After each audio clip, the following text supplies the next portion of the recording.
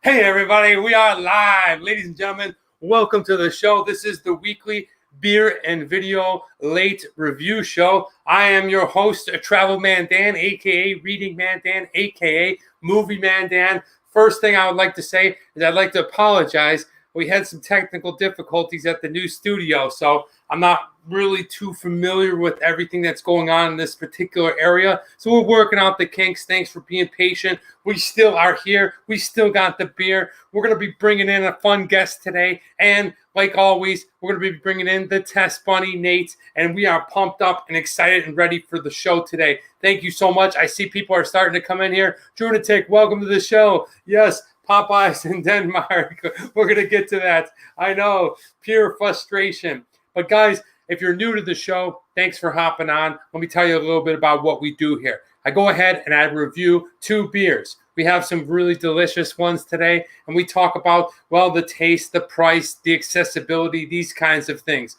Then we go ahead and we talk about the videos that came out last week on my channel, and I preview the video that is upcoming this week on my channel. All swirled and mixed together with some fun stuff going on, like bringing in the Test Bunny, Nate. He's going to go ahead and talk beers. And today we have a special guest, our very first, hello, that's a callback. That's right. We're bringing in bartender Tom, and he's going to be bringing us some summer sweetness, a nice refreshing drink to go ahead and have. So thanks for joining. I appreciate you guys stopping by. If you're a regular on the show, it's always a pleasure. Sorry about the little glitch. I know we started about 4 minutes after and went through the whole rigmarole with the Spectrum. Anyway, we're here now. Appreciate you. Love you guys. Who do we got in the room? Love and light from Copenhagen. Drunatic is here. Calvin. Dude, that's awesome. All right. We already have 6 people in the room.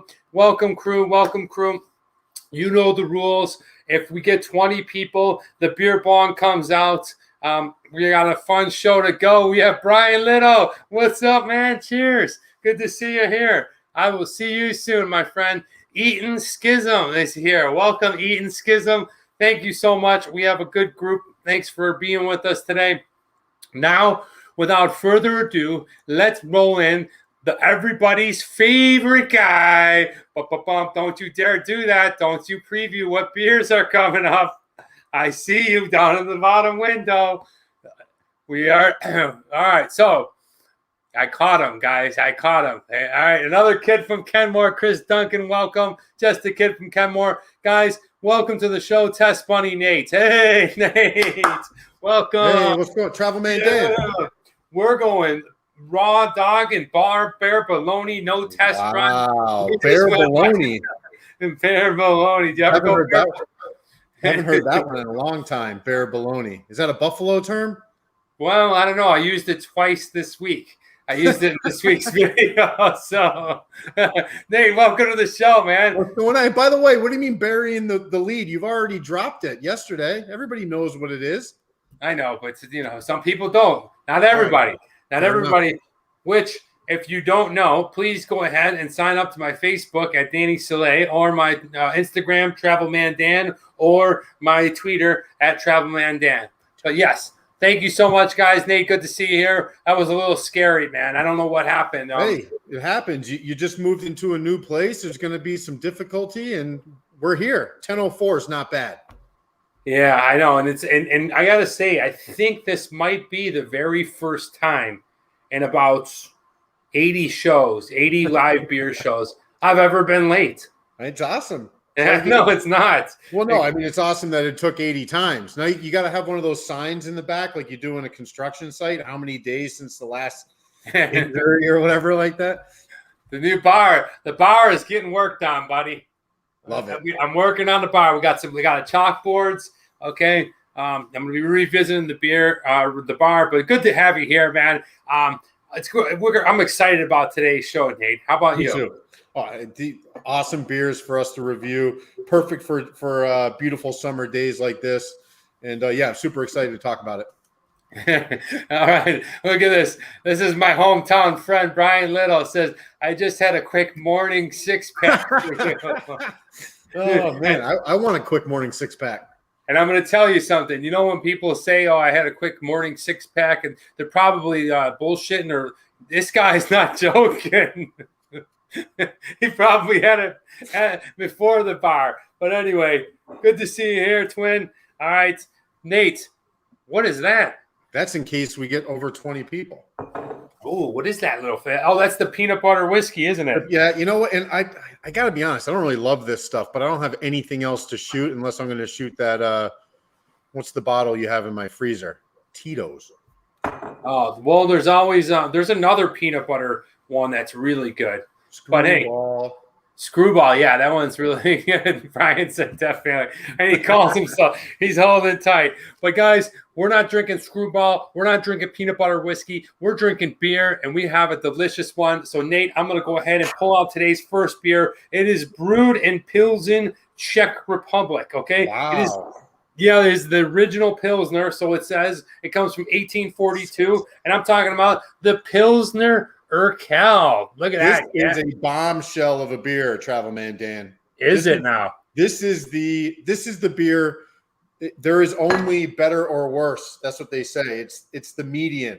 This is the tester, right? So it's the original Pilsner back in 1842. So it's been around for a while. And this is the demarcation line. So your Pilsners are either going to be better than or worse than this, which is interesting. Okay. I'm excited to try this one. I'm going to see how it scores on the TMD show. Here we go. Let's take a look. I want to tell you what's the alcohol percentage.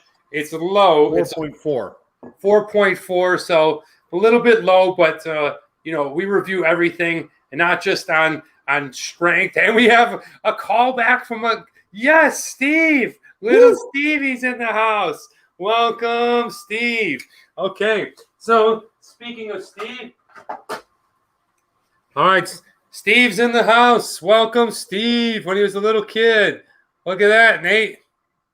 Oh, wow. Little Stevie. Right?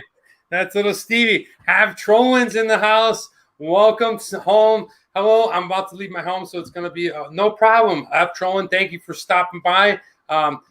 Barrow, what's up, Big Barrow? This is what we're drinking, the Pilsner Urquell from Czech Republic. Let's go ahead and crack this sucker open, and I'm going to show you what it looks like and the beer. Here we go. I'm guessing it's going to look a little light, but have a lot of flavor. Yeah, look at that. That's like, that right there is like drinking a bunch of Gatorade and then taking a whiz, right? Ooh. Okay, it's very, very. Yeah, it's got a great color to it. It's got a great look right in this glass. Nate's got a lot of head in his, but look at the carbonation. It's clear. It's looking like your classic Pilsner, right? It looks like something Homer Simpson would be drinking. Steve likes it. Jody, yes. All right, go Buffalo. Hey. All right, Barrow, welcome everybody to the show. This is what we're drinking. Nate, cheers, my friend, and let's have a drink. What do you smell?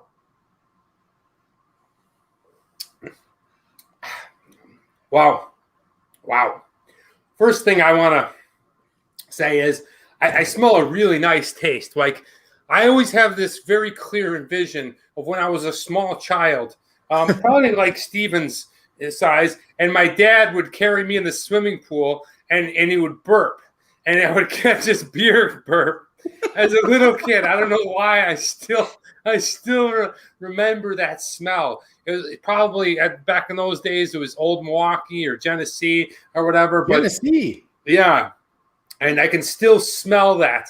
That's when I smell off of this. I smell that pungent flavor of a Pilsner, that specific beer flavor that you smell when you're young, and it's like, ugh, that is gross. But I actually really like it. I like that feeling of a beer, and it tastes really not sweet, but just a really nice tasting beer. Nate, what do you think?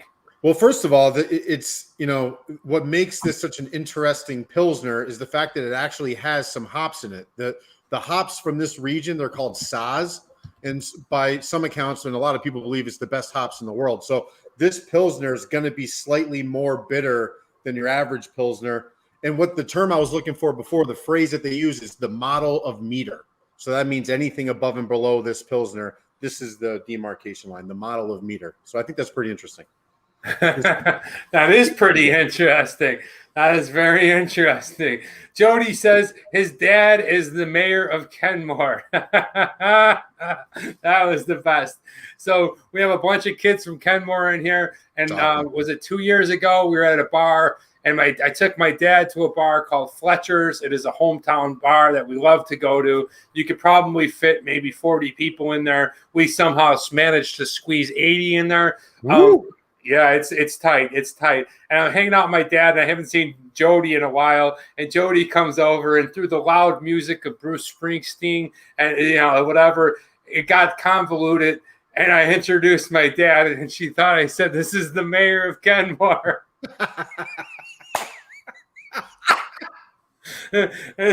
and so my dad didn't know it. He should be mayor. It's him. It didn't. He didn't know it, and she kept calling him the mayor.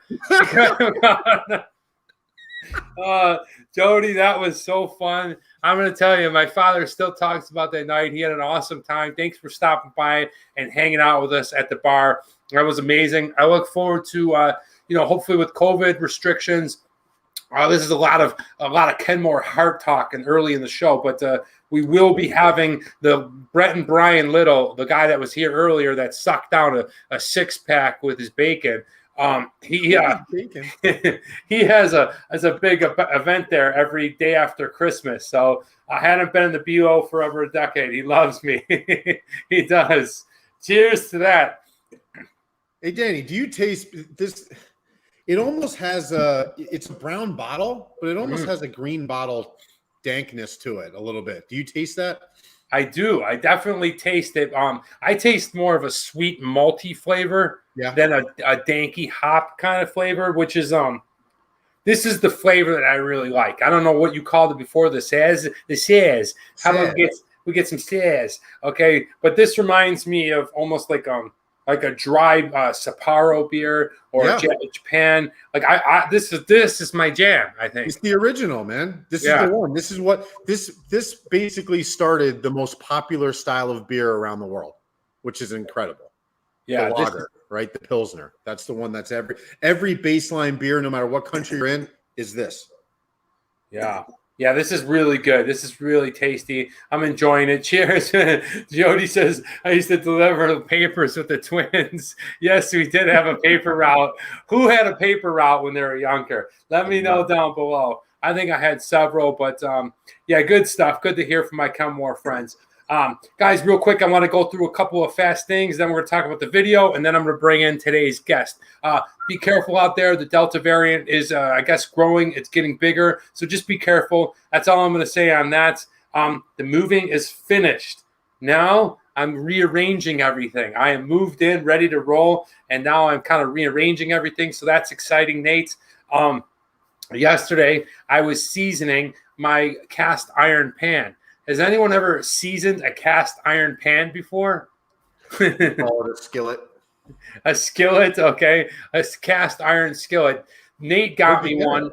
Nate got me one as a housewarming gift because he knows I like to make smash burgers.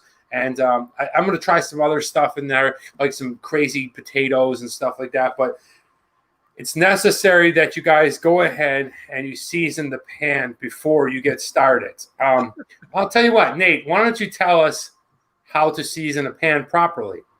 Well, it's been a while since I've done it because I've been using the same skillet for a lot of years. But, you just put it into the oven. You might want to put some olive oil on there or something. First, wash it with warm water and soap one time.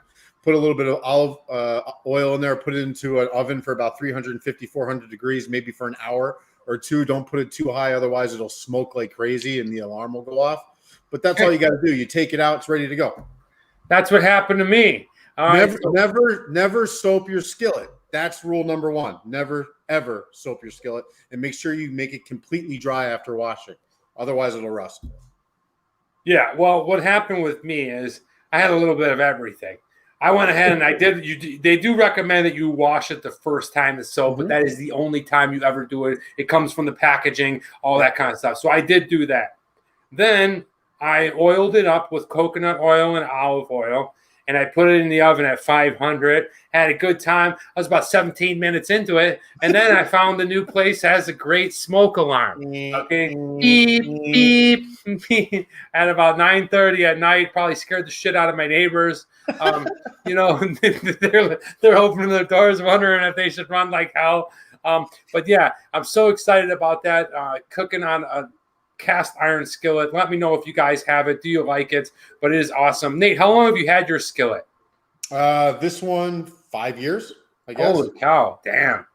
Yeah, when I moved back. So I got it. That was the first purchase I made when I moved back. Was it really? First purchase was a skillet. Yep. Yeah, and you're pretty serious about it too. But that's good, man. That's good. I'm excited about it, and thank you for that. Hey, the Olympics. Anybody watching the Olympics? Any news? And Nate, if you watched any bit of the Olympics a little bit. I did. I watched 2.5 minutes of the women's soccer match against the Netherlands. That's it. That's it. Okay. Yeah, I don't have a TV, so I haven't been able to watch Olympics. But I did notice that the U.S. is doing pretty good. Hopefully, you guys are getting the chance out there. This is not only an American channel. This is a world channel. So whoever you're rooting for, I hope that your country does good. One thing I did want to point out is that the Philippines won their very first gold medal. And 97 years. Okay, it was in the 55 kg women's weightlifting. And if you've watched it, that I actually watched because I watched the rerun of it. Do people still say reruns? I have no idea. Me neither, but I just did. So I was watching the rerun of it. And wow, very, very cool to watch. Very inspiring. Almost brought me to tears. Barrow says, "Where is Tom?" They're waiting. They're waiting for him. They're waiting for Tom. They're ready for him. Well, let me just tell you one more thing. And I brought up some good news. I'm going to bring up some good news. And this is really important because I oftentimes talk about this on the show, especially in the quote of the week. I bring this up. But I wanted to talk about this good news that I found. Giuseppe Paterno has become Italy's oldest graduate at the age of, Nate? 94. Close. 96 years old. After being awarded first-class honors in philosophy from the University of Palermo in Sicily. And, well, it just goes to show you that the guy is 96. And it's really important because you might go through some things right now and you might have some dreams and you may be thinking that you want to get to them and stuff. You know, take the necessary steps. Live your life clean and healthy and be careful and you'll get there. Just keep it in mind. And I'm sure that this guy had always wanted to go back to school or get this honor. Awesome. And yeah, it is awesome, isn't it? I think it's just 96 years old, man. That's pretty cool. I'm pretty sure it's a Benjamin Franklin quote, but basically it's most people die at 25, but they're not buried till they're 75.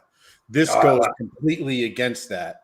Yeah, I mean, he's probably thinking about his own mortality every single day, but still pushing forward, trying to learn, trying to be better. That's inspirational. It is, man. It is. And that's one of the things I wanted to kick off with the show is the good news. And hello, Itanami. Welcome to the show. All right, guys, real quick. If you hadn't seen last week's video, came out. It was a Food Friday. I know we were going to do the Pinball Hall of Fame, but I got a phone call from our friend here on the show, Richard Fontana, and he said, "Hey, I don't know if you know it or not, but Popeyes is putting out chicken nuggets tomorrow."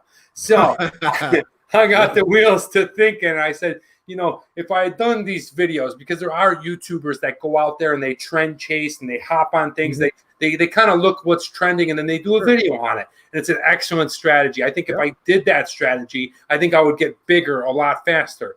So I wanted to give it a shot. So this week I did Popeyes chicken nuggets. Absolutely delicious, amazing. The thing about it for me is I like that they're really bland. They're really floury and crunchy. But the great thing about it is they gave me 9 different sauces, Nate. 9. Wow. Did you ask for all of them? I asked for all of them. I asked for all this stuff, 2 different mustards, 2 different types of barbecues, some Thai chili one, a Buffalo Frank's one, and then my favorite one was the Creole cocktail sauce. It was what's that like? Is it ketchup based? Yeah, I would say so. It's basically like ketchup and horseradish. It reminded me of like being in Long John Silver's and eating popcorn chicken. And it was just if you get a chance to see it, welcome to the show. 3 times 3. Oh yeah, I heard that was really good. People are really liking that 3x3. Rub it in, Danny. Sorry, Journatic. I know you want to see Popeyes in Denmark. Maybe you could get there, or you can travel back to the United States. We have plenty of Popeyes, but it really wasn't bad.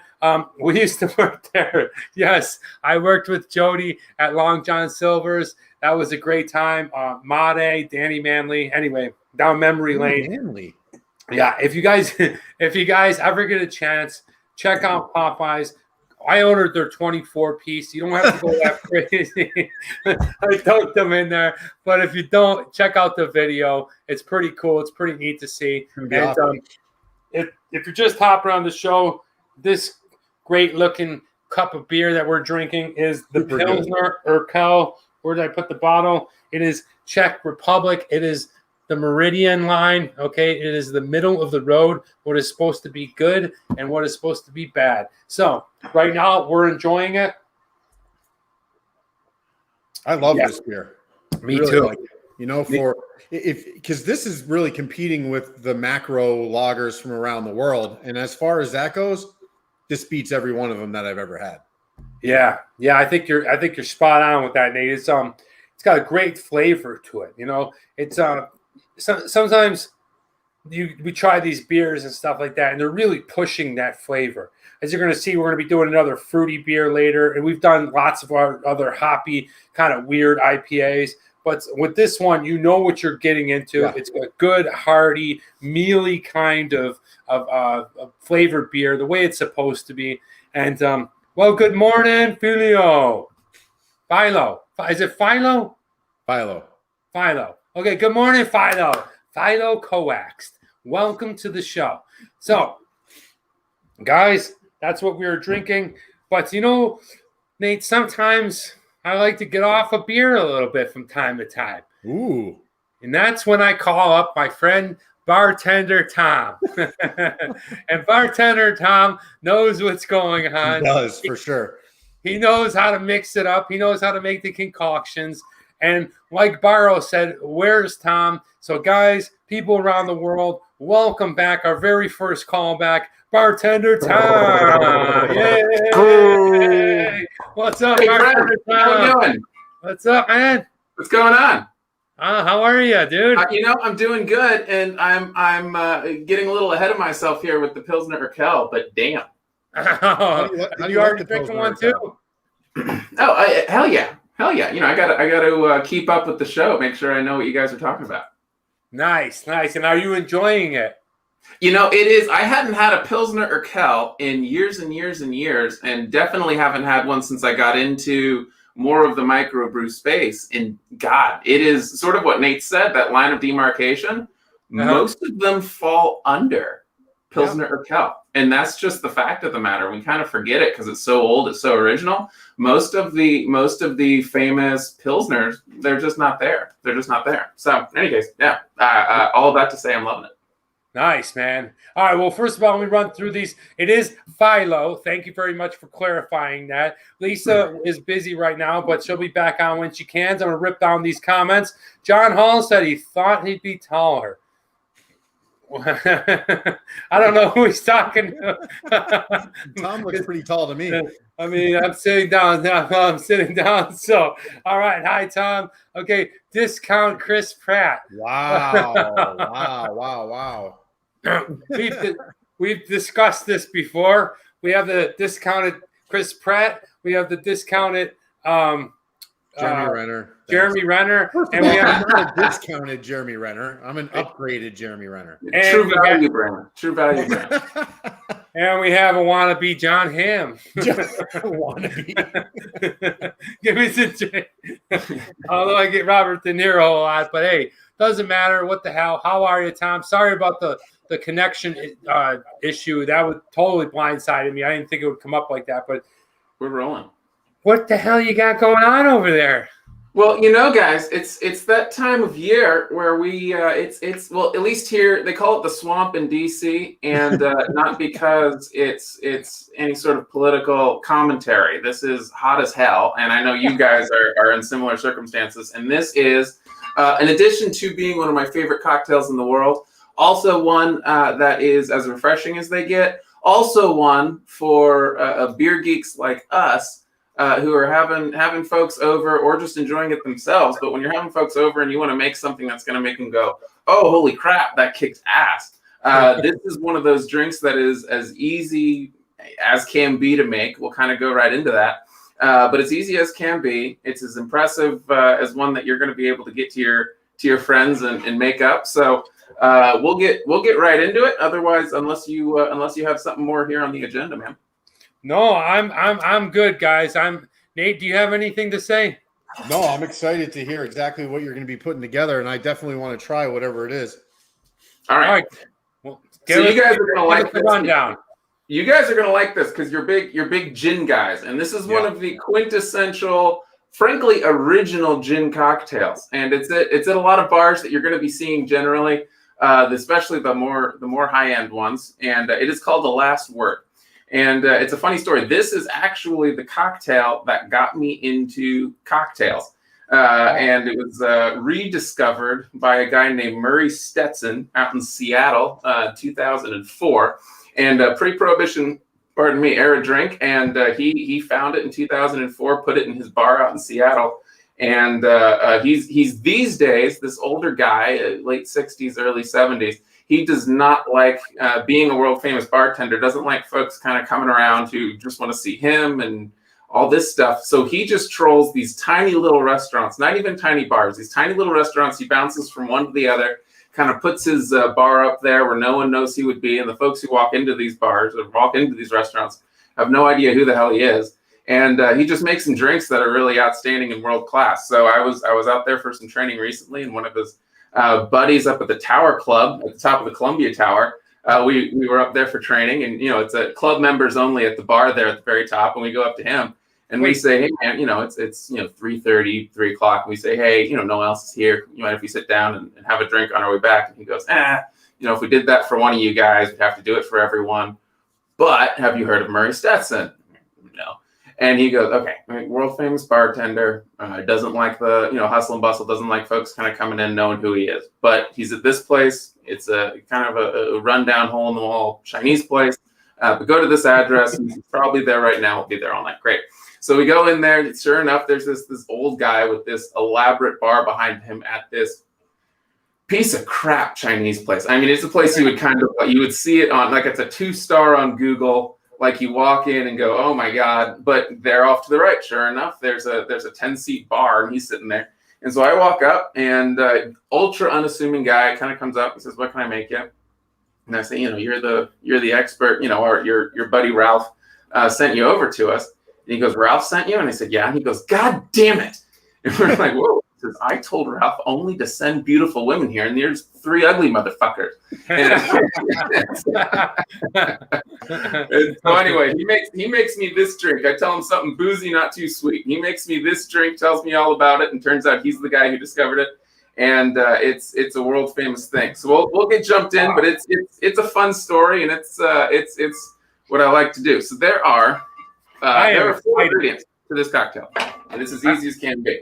You guys, I will say, first of all, Tom, you'd go to Seattle for bartending training. Is that why you were going there? No. So I was just there for work training, and just something else at the top of the Columbia Tower, and discovered my love of cocktails right there. And so the cocktail training that I would do would be because I by chance ended up at Murray Stetson's bar in Seattle, Washington. And we were 3 of the maybe 5 that showed up in the 3-4 hours that were there. I mean, it's this cool little intimate setting. He just likes making people drinks. So in any case, last word.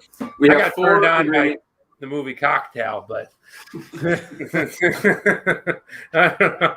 All right, let's get it on, Tom. I'm sorry. Cool. We're gonna get this on. It's quick, it's dirty, it's easy, and that's why I want to blast right through. But I want to tell you the story because it's a cool one. We got 4 ingredients. One of them, first one is Luxardo. That is cherry liqueur, and it's the maraschino cherry liqueur. You can get this at most liquor stores wherever you are. This one is the little more specialized. You can get this anywhere. It's a green chartreuse. And one more, and I know you guys are a big fan here, is the gin part of the drink. Bombay Sapphire, generally, it's the Bose of gin. I mean, it's really, really good. It fits with every single flavor profile you're going for in a cocktail. You just can't go wrong with the Bombay Sapphire if you're going, what gin to buy. That's just generally the one I use as a blank canvas for cocktails. Is that the best gin to get? Is the Bombay? Once we hit 20, you're putting that guy in the beer bong today, dude. It's Tom Day on the show. It's Tom Day on the show. You're getting serious. Hey, Tom, what flavor does Chartreuse bring to the cocktail? Because a lot of people might not know what that is. Chartreuse is, and I appreciate you saying that. It's very, very bitter. It's a darker flavor, and it's going to be a lot of, you think black pepper. You're going to get a lot of black pepper. You're going to get a lot of bitter with that green Chartreuse. And I spoke about it last time in, but a perfectly balanced cocktail. You're going to have your sweet, you're going to have your boozy, and you're going to have your bitter, rounding everything out. And so everything right here is essentially, you got the booze and the gin, obviously. You got the sweet. That's why we have the Luxardo right here. And where you're going to get more of that bitter, where you're going to get more of that dark note to keep it from being too sweet or too bright of a cocktail, is that green Chartreuse. Yeah. And the fourth ingredient is just lime. And it is an equal parts ingredient with the other three. You're going to do 1 ounce Luxardo. You're going to do 1 ounce gin. You're going to do 1 ounce of that Chartreuse. You're going to do 1 ounce of lime juice. And that's your full cocktail. And it's that easy. But the lime, because you're getting so much Chartreuse in there, because it is bitter and all these things, and you're getting so much with the boozy Chartreuse, which is a liqueur, and all three being booze, the acidity that you're getting with that lime is really what's going to cut through. And so it's 4 equal parts. You get the 4 ingredients, get 1 ounce of them. And again, this is a perfect batch drink where if you want to make a big pitcher of something for a big party that you have going outside, great. Instead of, you can think 1 ounce per person. You have a 10-person party over, you just figure, 10 limes and 10 ounces of the booze that you need, and you're rolling for the whole cocktail. And so it's a great batch one to make. It's absolutely delicious. A crowd pleaser, in my experience, whenever I'm having folks over that I don't know are going to be super into the drinks. This is usually the one I go with. And so I'm gonna get us rolling here. Please do. Is this something that you want to maybe put in your hiking, your camel pack and go hiking with? It's not quite as refreshing because there's so much booze. You're gonna want to go extra lime and maybe keep the ice in when you're putting it in the camel pack. All right, very good. Oh, what's that, Tom? Let me see that thing. And so, okay, so this is just the fruit press right here. Actually, super handy to have around. You can get one of these on Amazon for $5. And you're just going to put the fruit right in here. It's a little counterintuitive. You're actually going to put the butt of the fruit down here where it's round. And then we're just going to press this guy right to our measuring cup. Generally speaking, you're going to be getting 1 ounce of juice from a lime, but you're not going to make it an exact science, so it is important to measure because all 4 of these really do need to be close. I'm all about, getting creative, looking at different, measurements and everything for these drinks. When you're going pure last word, you really want to keep these 4 intact on equal measurements. But when we're talking about swapping stuff out, this is actually a really good platform for different kinds of drinks. There's one called a final word that uses whiskey. That's another really, really good drink. And one more tip on this guy is because all limes. Buenos dias, Marissa. What's that? Oh, I was just saying hi to Marissa. Buenos dias. Sorry, Tom. Marissa, don't even be sorry. A little bit. You do your thing, Tom. You do yours. Okay, so important note on measuring these things is the rule of thumb is to always measure your most expensive liquor first, because if you pour a little bit too much, if you pour a little bit too little, you don't want to have to pour anything back into your expensive stuff from your shaker when there's anything else in it. So good rule of thumb, use your most expensive liquor first. Giant asterisk. If you're squeezing fruits, for instance, I only have 1 lime with me here right now. if you're only squeezing one fruit and you only have one, do that one first, because there's, you don't know how much is going to be in your lime. So fortunately, I'm right here at 1 ounce thereabout with this guy right here. So we're just going to get him going. I'm going to repeat the process with all 4. Could have had it pre-done, but I love how technical every ounce, Nate. So don't think that you're helping me or doing me a service by putting more gin in there. It has to be 1 ounce each. 4 parts equal gin. Travel Man Dan, without tasting this, just from those ingredients, do you think you would like it? I do, because every one of them it's almost like drinking perfume. They got that weird aroma to them, like each one of them. I love the cherries.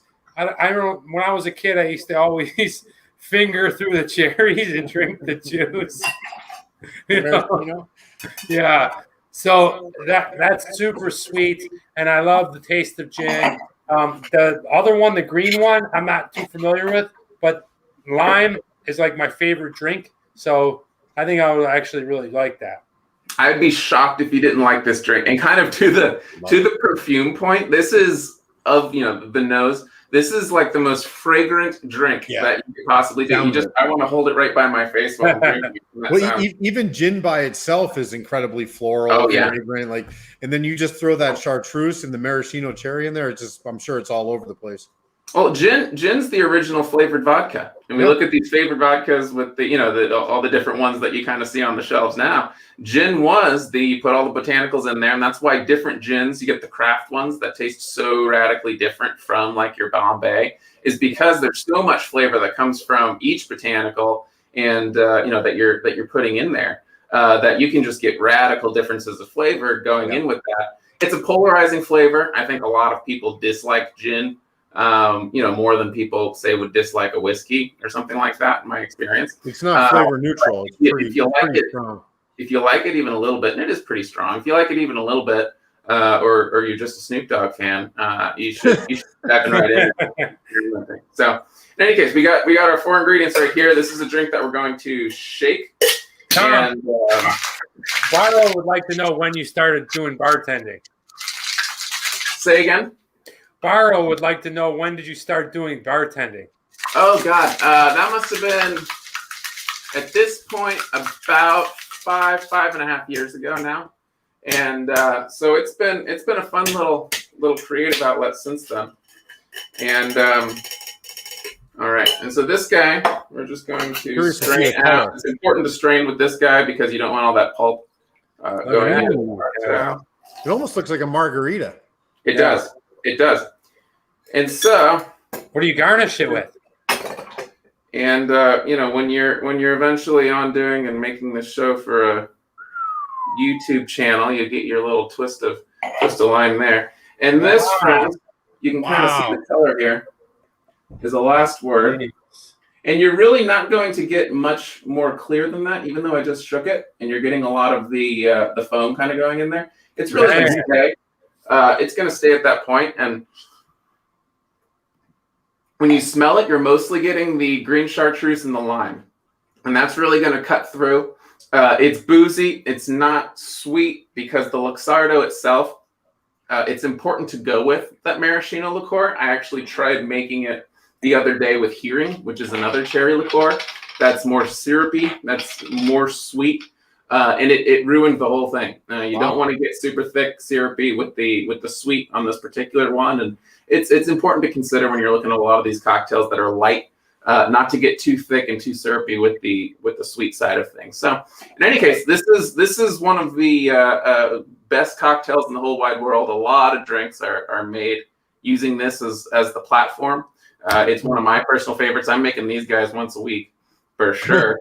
And again, it's my favorite. Going over, people invite you over. Usually, the contribution I make to the food stuff, if you could believe it, is a 6-pack of beer and a cocktail for the group. And when I'm doing a cocktail for the group and I don't know the group, last word is the batch cocktail I'm making and putting in a big pitcher. And it's fun. It's a crowd pleaser. It's delicious, and you don't do better in warm weather. So that's man, Tom. Thank you so much. I was planning on drinking this and doing it along with you, but I have to be down in Hollywood this afternoon after the show, so I can't be drinking hard liquor. I got to be able to get down there and function. But man, that looks amazing. Nate, what do you think, man? Does that look awesome or what? I mean, it's the profile that I know I would like from a cocktail. You know what, Tom? Do you know what Papa Doble is? I don't. It's the Hemingway daiquiri. It's very similar to that. It would be more grapefruit, maraschino, gin, but it's blended. It doesn't have the chartreuse, but it kind of looks like that without the green tint. It's kind of what I was thinking when I seen pictures of Hemingway's drink and stuff like that. I was like, either it looks like that or something that like a lizard or a robot would be drinking at Moise Isley Cantina. I like it. But hey, guys, let's hop right into continue on the show. This is what we're drinking. Tom, enjoy your drink while we're doing it. We're drinking the Pilsner Urquell. It's a beautiful beer from Czech Republic. I'm really enjoying this. Smacking down that epic taste, that familiar taste with beer. I love the sweet maltiness on this beer. It just really drives home a real familiar taste. It's biscuity. Yeah. But now I want to go ahead and bring you guys to the next segment, which is my favorite. What would you rather? Too bad Danny has to go with Tom. Hey, one day maybe. He's only on the other side of the nation, so I know it's a big place, but maybe one day. Marissa, cheers. So, hey, guys, now it's time for What Would You Rather? Here comes the 5 questions. You can let me know down in the comments or after the show if you let me know your 5 answers. I would love to hear from you. Here we go, guys. What would you rather? You're going to go to one of these places. Where would you rather go? Would you rather go to Narnia? Okay, the Lion, the Witch, and the Wardrobe, this mystical world. Okay, and when I'm talking about Narnia, I'm talking about both of it. So you see the changeover. You see the witch. Like you're off in the cold, desolate forest, and then they save the kids, save it, and then it turns to this great, wonderful land. Or would you rather be in Middle Earth? And you could be whatever you want to be in Middle Earth. You could be a hobbit. You could be a dwarf. You could be an orc. You could be an elf. Whatever you want to be. What would you rather be?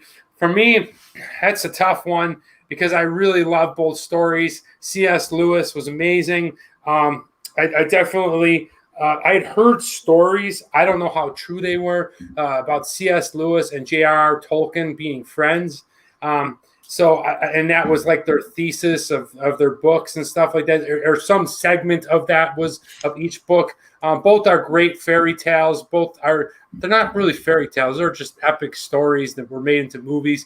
If I had to choose one, I would be an elf because I love the forest and I would live in Middle Earth. Nate, where are you going with, my man? Wow, I don't know. I might have to agree. I do Middle Earth as well. I feel like I could probably drink beer in Middle Earth more than I would be in Narnia. So that's what I'm going to do. Yeah, you'd be a dwarf. Definitely. Tom, where are you going to go? Great question. And, God, I'm going to be you got to be in Middle Earth. I don't know what the heck I would do in Lion, the Witch, and the Wardrobe if I'm not the lion.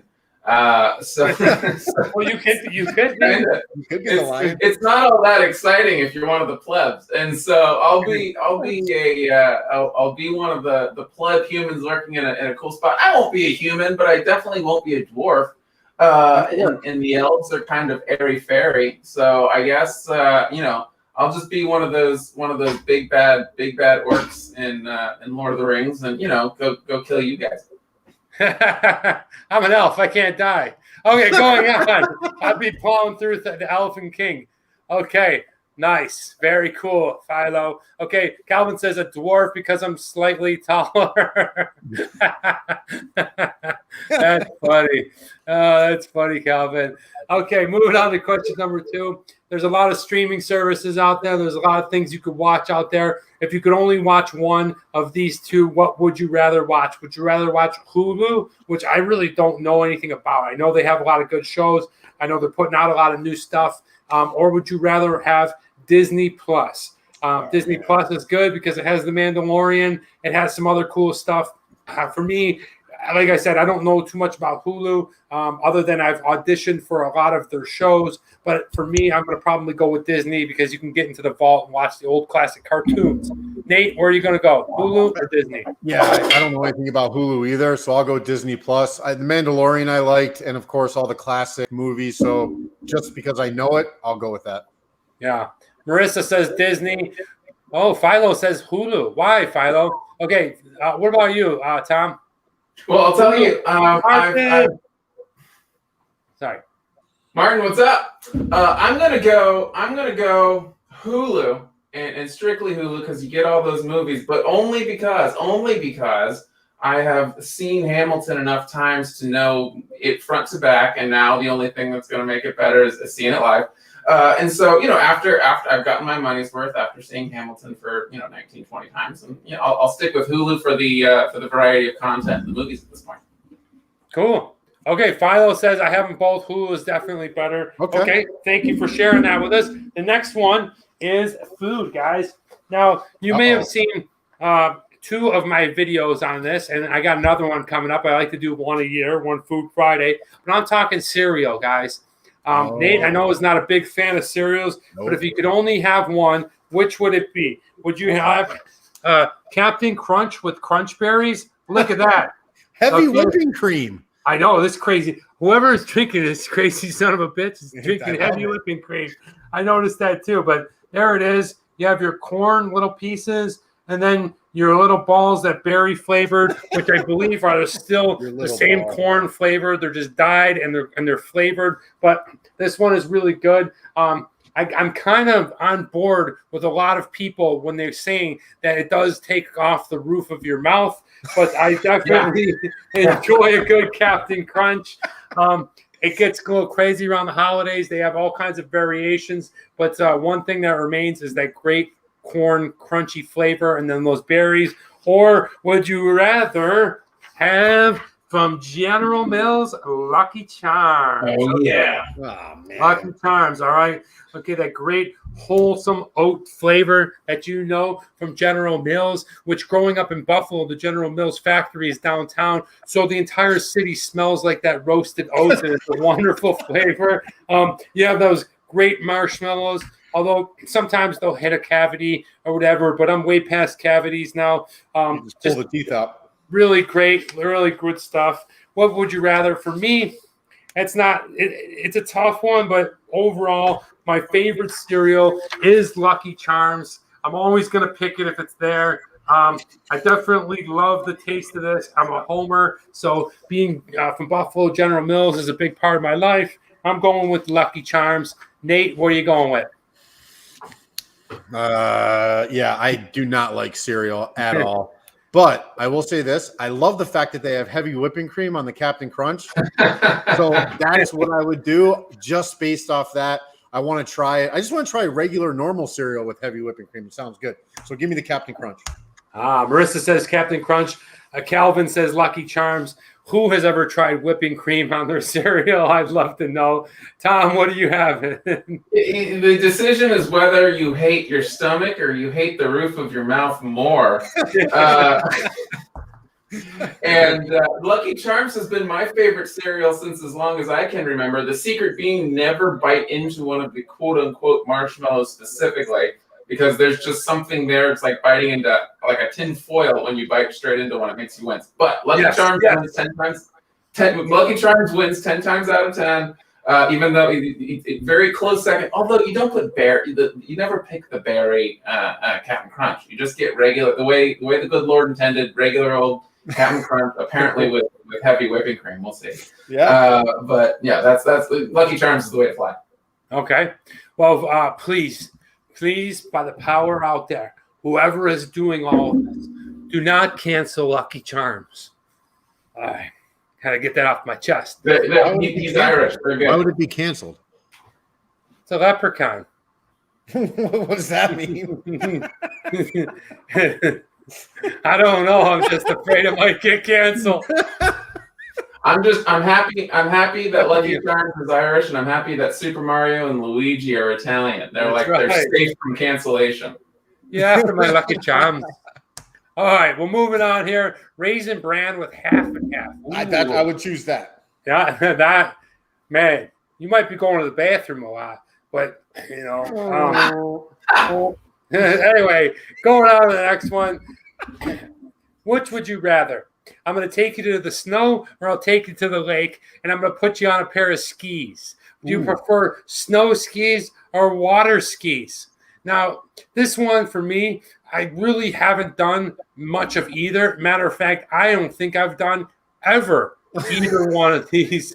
I've never been on snow skis, and I never been on water skis. I've been on wakeboards, and I did try snow skis, but I went so fast and I didn't know what I was doing, and I crashed right away. So it doesn't really even fun because it was like fake snow, and we were at Beaver Island, and it wasn't even a thing. But you know, depends. Snow. They both scared the hell out of me. I've already had a couple of knee injuries. I'm going to be going through another one in October. I wouldn't prefer to take either one of them, but if I had to choose one, I suppose snow, because I've cracked my ankle on wakeboarding, and when you bust a leg and it's like this and it's hanging there and you're in the water and you're waiting for the boat to pick you up and then take you to the hospital, because it's a whole nother thing. So risky. I'm going with snow skis. Anyway, Nate, what are you going with? Yeah, not snow skis. I am terribly afraid of heights, especially on the side of a mountain. So that's not for me. Put me on whatever the option was in the water. Water skiing, I've never done that either. I'm sure I'd be terrible at it, but I'd much prefer it to anything where I'm going like this on something that I can't control. Really? Yes, for sure. That's interesting perspective. All right, Tom, what do you got? I grew up in Maine, 4 miles down a dirt road in a log house. I'm going to tell you right now that water skiing on a lake, I also grew up, water skiing is the way to fly, because, and I'll not the least reason why, when you're talking about being in the water with the dangly leg because you caught your leg in the water, sucks. You know what sucks worse is being on the side of a mountain in 15-degree weather, going, God, when the hell is this friggin' snowmobile gonna show up and haul me back down? It's not fun. I was banned from doing it for the most part because I played basketball in college or in high school. But no, snow skiing sucks. Cross country skiing. Don't get me started. Water skiing is the way to go 10 times out of 10, and that's from somebody who can't get up on water skis. Yeah, you have to qualify that. I think I would get up on water skis. They got pills for that. Don't worry. I think I would enjoy. I think I would enjoy a cross country ski. All right, going to number 5. All right, we're gonna get away from the disgusting one, and I'm really gonna put you in a bind. And I'll tell you what. After this episode, I didn't plan this one, but I'm curious now how I think. Which would you rather? Would you rather give up air conditioning and heating for the rest of your life, or give up the internet for the rest of your life? Wow. And now I can't take credit for this one. I did find this one somewhere out in the sphere. I don't know where. Nate, you need to watch the horror Frozen if you're scared. Oh yeah, I've seen that. Yikes. My father made a lake in our backyard house with a water hose. So it's a little bit different, but nice. Gotta pee. That's tough because I live in California, and if I was to shut off my air conditioning in the summer, I might evaporate. I don't know. I might melt. But I'm from Buffalo, and if I was to shut off my heat, I might freeze. But internet is so critical, especially for what I do. It's essential. Oh man, it's a tough one. I guess I'm just gonna have to go with bearing the elements of the heat and cold. I'll figure out. I'll wear more jackets, I guess, because I need the internet. I need you see what happened to me this morning. Best case scenario is I live in the forest and the trees give me Wi-Fi, but it's probably not going to happen that way. So I'm going with no heat and no air conditioning. Nate, what do you got? Yeah, I'm gonna have to do the same thing because the humans, as humans, this is a new thing, heat and air conditioning, right? Like we've kind of programmed ourselves to need heat and air conditioning. So give me the internet, get rid of the other stuff. I can figure it out. I'll just recalibrate. Oh, nice. Yeah. Tom, what do you say? I would give up almost everything before I gave up heat and air. I'm I gotta pee. my spouse would make fun of me that my temperature comfort range is within about like 3.5 to 5.5 degrees, and I'm not okay with that. But the internet, you can't escape not having the internet. So I can be house poor and kind of go from climate to, bounce between climate to climate in a POS place, cooler in the summer, Maine in the summer, go down south in the winter. I could be house poor doing that. You can't escape not having the internet. I'll keep my internet as of 2021 with extreme apprehension. Nice. I like it. All right. Well, I hope that you guys enjoyed this version of What Would You Rather. We didn't get disgusting on it, but we still had a good time. If you want, please, after the show, give me your 5 in the comments. It not only helps me on YouTube with the algorithm, but I also will respond back and let you know what I think. So, yeah, if you want to, please do. But now we're moving on to the last bit of this Pilsner Urquell. Sorry and sadly to say, let's go ahead and swig this down. Cheers, fellas. I can't wait to score this because I really like this beer. Overall, it's a classic beer. Love it. It's funny, Nate, that you said that because as we're getting ready to score it now, I'm going to roll right into the taste. And like I said, I tasted a lot of sweet malt. Okay, it's got that real. It's not. I don't want to say roasted. It's got a sweetness to it, but it's very malty. And I know what you're saying on that last sip about it being similar to a skunky green bottle.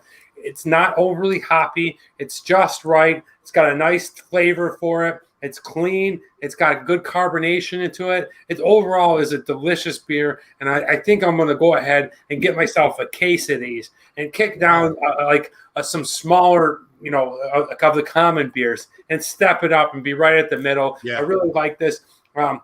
Comparable to something else I like to drink. I'm going to go ahead and that's what the beer is always really kind of based on. You can throw in those other 4 categories, but when somebody asks you for an elevator pitch, they want to know how does it taste, and I'm going to go ahead and give it a 5.0. Wow.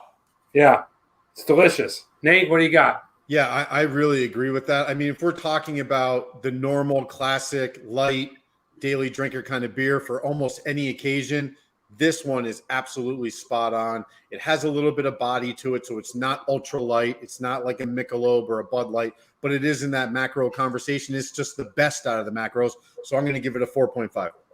Very nice. Tom, what do you got? It's got a 4.5, and I say that with apprehension, and it's because there have been Pilsners that have outperformed. There are incredible microbrew Pilsners. If there weren't, we would all be drinking Pilsner Urquell. But I led the show off by saying that it still outperforms the vast majority of even the best microbrews in the whole wide world. And so I'll keep with the Pilsner Urquell. Trying it again all these years later, I absolutely love it. I'm going to keep it at a standard of 4.5. It's a hard hurdle to leap. Nice. Okay. Well, so very good score on the Urquell. Let's go with price. Nate, what was the price that we paid for these? $1.99 for one bottle. $1.99 for one bottle. It's a smaller bottle. Oh, this is the Bombay is not it. $1.99 for a standard bottle of beer. It is what, 11.3 ounces? 12 flu ounces, okay? Yeah, I think that's right at what it should be because it's good and because you're buying a good beer at a price what it should be. I think that's going to give it a little bit higher of a rating. And I'm going to go ahead and I'm going to give the price a 4.0. Nate, what do you got? Same, 4.0. It's not the best price. We are definitely getting some sort of a tax on there. So it's not like it's $1 a beer, but 4.0, it's competitively priced. It's worth every single penny. 4.0. Yeah, Martin says it sets the standard for a Pilsner being the first, I would say. He is European from Denmark. And shouts out to you. I'll be busting out the Jim Kelly jersey, Martin. Thank you for sending me that. Yeah, what do you say, Tom? What do you say on the price for this one? I don't know what you paid for it in D.C. Paid what you guys did. I'm actually going to bump it up to a 4.5 And here's why. Here's why is because it's a standard, and you just anyone who's a beer geek gets it. But the second one is they're one of these guys who haven't gone corporate, haven't sold their soul to the Anheuser-Busch devil, and gotten optimization from a manufacturing standpoint here in the States. It's an imported beer and an actually imported beer, not a manufactured in the States, shipped from Mississippi, but still the same recipe. And so I'm going to say 4.5 because they still mail it over here. They're a good job. They haven't gone ultra corporate, and I'll stand by that. I think it's a good value for what you're getting, even though it's more expensive than the guys we're getting 10 minutes down the street that maybe are comparable, that are great. 1 for 1, all things considered, I'm actually going to keep it at 4.5. It's a great point. It's a great point, Tom. It is. Yeah. All right. Well, let's go with the design. When I look at this bottle, I absolutely love it. I mean, the fact that it says Czech Republic, Czech on it, anything, reminds me of my friend Notch Mirslov, who basically took me to accomplish my dream and brought me to the Jackie Chan audition. So I absolutely love it there. I love that they have imprinted in Czech, Pilsner Czech. I love that they have this red stamp right here, basically sealing the deal that they were from this brewery. It's almost like those old waxed candle stamps where you're sending a letter to the king. I just like the color scheme on it. Yeah, I like this little thing down here that looks like Donkey Kong. I'm not sure what it is. It's like a label part. Yeah, I see that little P. It's like a barrel. It's a barrel. It's a barrel. I think that's really cool. Yeah. Yeah, I just overall I really like this. I like that they have the shield at the top of the country or the beer, the brewery. That's pretty cool. It tells you the date, 1842, and on the back it says in 1842, the Citizens Brewery of Pilsen. It gives us this little story. I think that's really neat. I'm going to go ahead and get the design on this one because it's a classic standard beer and it has a classic standard look of one that looks like it's from 1842. Yeah. I think that's really neat, and I'm going to give it a 4.5. Nate? Yeah, I'm going to do a 4.0. I just love the look of this bottle. I have no idea how many iterations they've had over the years since 1842, but I would imagine it's not many. But if you look at this compared to the other macros, I think it absolutely outpaces them, crushes them. It's classic, but it keeps an identity. It has their name bold. It's just an awesome looking bottle. I don't think I've ever actually seen the can, so I'd like to see that. But this is a great look. 4.0. Nice. Tom? I like to review things based on what they're going for, movies, beer, whatever. And when you're looking at the Pilsner Urquell, and obviously they've gone through variations. How the heck are you going to do better than the original Pilsner has done with this particular bottle? I mean, you kind of pointed out how cool is the freaking barrel, and we're talking design, but I mean the design work is cool as hell. And it's done well. It's very unique. It's high quality with its etching, the actual outlay on the glass. I have to give it a 5. I can't. Oh, nice! I can't find a reason why not. Nice. And I want to not. I want to be like, oh, there's always something to step up. I can't. If you were to ask me, well, why not a 5? I couldn't name anything for you. It's a 5. Wow. I mean, if any beer is going to be a 5 on style, it's going to be this one. There's just for what it's going for. I mean, if it was brewed originally in not 1842, but 2012, then yeah, it's a weird look. But it's it's for what it is. It's awesome. OG. It's OG. Martin says he's been to the brewery before. Wow. I'd love to hear about that, Martin. I'd love to hear about that experience. Was it a good experience? Did you enjoy it? Were you able to drink beer? Were you able to drink from the barrel of beer? All right, moving on. Accessibility. Look, I was able to find it in Vegas. I'm sure you can find it here. We called Tom. He was able to find it in D.C. I think they're pretty much everywhere. I think over Europe, I think you're going to be able to find it. I think in big cities like Singapore, I think in Beijing, I think Tokyo, I think all parts in Asia with big cities, I think you're going to be able to find it. I also think you're going to be able to find it in Latin America in big cities like Mexico City and Buenos Aires. So I think it's pretty accessible. And I'm not going to go ahead and bank on it and go ahead and give them an amazing score, but I am going to give them a pretty good score because I think that it is very, very popular around the world. And I'm going to give the accessibility a 4.0. Nate, what do you got? Yeah, I'm going to do a 4.0 too. I mean, they are one of the big macros, but like Tom alluded to before, they've kept the soul of who they are. They haven't sold out. So that means that they're not as elevated around the world as a Budweiser, a Heineken, or a Guinness, those top three. So they're a cut below that, but that's by design, and I appreciate that. So I'm not going to ding them too much. 4.0 because it's not everywhere, but it's close. Good. All right, Tom, what do you got? I'll withhold 5 because they're not everywhere, but it's close, and they're not the Anheuser-Busch distribution. It's a 4.5. I get it in my grocery store, and Harris Teeter 2 miles down the road, and the Giant 5 miles down the road has Pilsner Urquell there, and it's from the standpoint of an import like that, you're not going to get a heck of a lot better. So no, it's not a 5 in that I can't get it at the gas station. It's a 4.5 accessibility, no question about it to me. That's cool. That's cool. All right, TMD factor. I've already mentioned my friend Notch. I've already mentioned how I want to go to Czech Republic. Dominik Hasek was from there, and he's a huge diehard Buffalo goalie, greatest goalie ever in Buffalo. But one of the cool things that I like and that Tom said is they hadn't sold out. So the brew that you are drinking here wasn't brewed in Tacoma. It wasn't brewed in some other place in the United States and shipped out. It was brewed in the town of Pilsner in Czech Republic. It is massive.